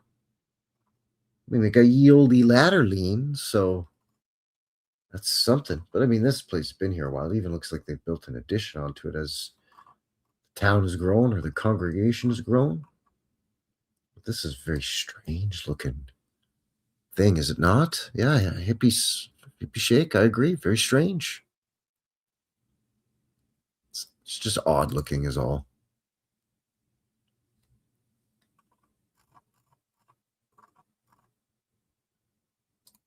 Getting down to the last few here in the file. The Pro Cathedral, Church of the Redeemer. Not sure what this Pro Cathedral is supposed to mean. We've looked at this on the channel before as well. Done boots on the ground. It's a beautiful old sandstone building with arched doorways, but very stumpy. Like they look like they're designed to be 15 feet tall, but they're barely over 6 feet. And again, you're going upstairs to get in here, but you're basically only going up 2 stairs here. And it looks like 1, 2, 3, at least 4 here. I don't know. Again, different levels. So there's the floor. Is it a multi-tiered floor? Does the floor slope in there? It's weird. I know some churches, the floors do slope, but don't they usually slope from the back down to the front where the pulpit is, where the preacher does the sermon? This looks like it's sloping the other way. I don't know. Looks like that actually ends the file right there. There you go. The old Church of the Redeemer still there here in Calgary. It's on 7th Avenue and I want to say somewhere around 1st or 2nd Street Southwest. Looked at it before. Maybe it warrants a revisit as well. It's been a number of years since we've explored that old beauty. Again, maybe a fella can get inside. I don't know. So there you go. I think I'm getting ready to wind this thing down. Wow, that last hour and a bit really snuck up on a guy. There's, I think, 60 photos there. And again, just a sample of that file. If those links below are working. Or at least Hippie's been putting them in the chat, I believe, as well. So there's more to see. Some landscape photos and I believe some portrait photos that I just kind of, I was kind of more interested in what they were trying to tell us with the Wild West narrative and then all of these glorious, massive, over-engineered buildings and see it in postcard form for a change. So as mentioned, I'm going to wind this thing down here before I go, going to leave this thing on a high note, have a little fun. Like I said at the top half of the show, even though I'm getting spanked for some reason from the YouTubes, it's not going to, there'll be some adjustments and changes to the channel, but I'm not going to change, like me, the way I do stuff. Though I'm going to do it Alberta style, eh? I'm doing it Purdy Alberta style. So cold you can just go outside and die.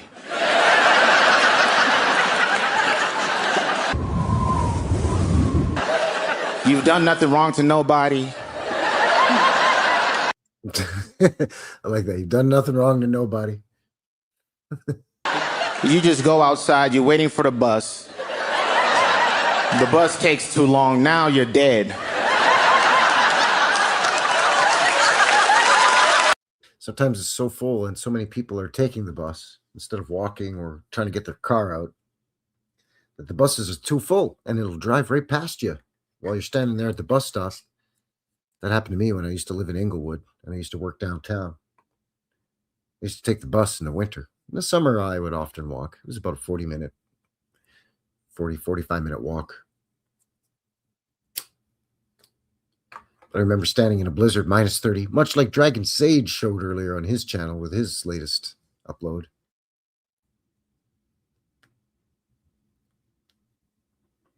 2 or 3 buses go by and they don't even stop because they're too full. I'm like, oh, screw this noise. This is some nonsense right here.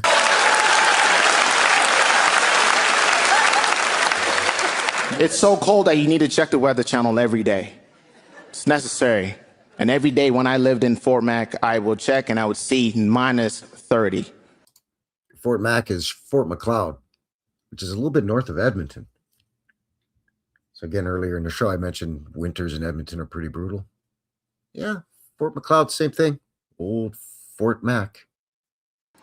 And for some reason, at the bottom of the screen, in tiny little fine print detail, plus wind chill. Minus 58. Yep, minus 30 plus wind chill, minus 58. That sounds about right. Sounds perfectly normal, as a matter of fact, because that's how we rock it here in Alberta. You know what I'm saying? But I think I've said it the last couple of weeks in a row with the snow and the cold. You just gotta do what you can. You gotta try to adjust. You gotta pivot and get up on your good foot and just try to make the best of it. You know, like this.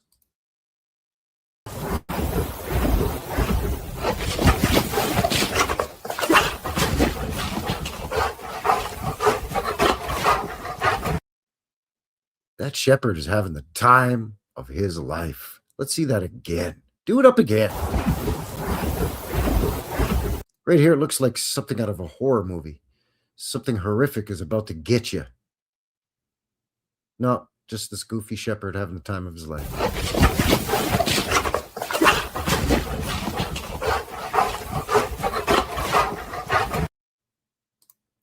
Bruce Lee's famous for saying, be like water, my friend. Be like water. Well, old Frankie's telling you, be like that dog. Be like that dog. So there you go. I think that is going to seal the deal here tonight for Frankie. New West Reset, New West Reset Live, episode 159.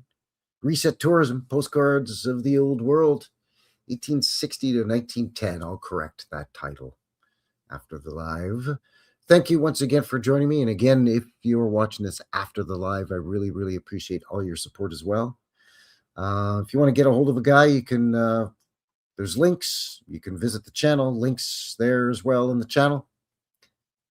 Email, BitChute, and of course, YouTube and Rumble. My location map is there as well, courtesy of Cousin Vinny. You click on that and it opens up the map of Alberta. And everywhere I've done boots on the ground, you click on the location there and it'll take you to the video. Some of them are in like a ghostly gray. Yeah, because those have since been torn down since we've looked at them on the channel. And unfortunately, more and more of those appear on the location map as time goes on. Yikes. So once again, thank you very much for joining me, Teresa. Your t-shirt is going out tomorrow. I'm sorry. It was just too cold this past week for me to walk the 8 blocks to the post office. So that is going out ASAP tomorrow for you. Thank you, by the way, not only to you, but to everybody who supports the channel through the PayPal. Certainly not necessary at all. I got a job. I'm good. But I really, really appreciate those of you who insist on supporting the channel, you know, to keep the equipment for the channel up to date and whatnot. Maybe look at getting a drone for the spring and summer. Do some a little bit more, you know, a little bit more high-tech boots on the ground as we progress. And as mentioned, look for a few adjustments and changes to some of the features in the channel. It's YouTube's call. I'm going to keep on keeping on. I'm not going to stop what I'm doing. And again, I appreciate all of you for all of your time and all of your support. So thank you once again. And until the next one, take care out there and have yourselves a good one. All right? Cheers, everyone. It's a mystery. It's a mystery wrapped in a riddle inside an enigma.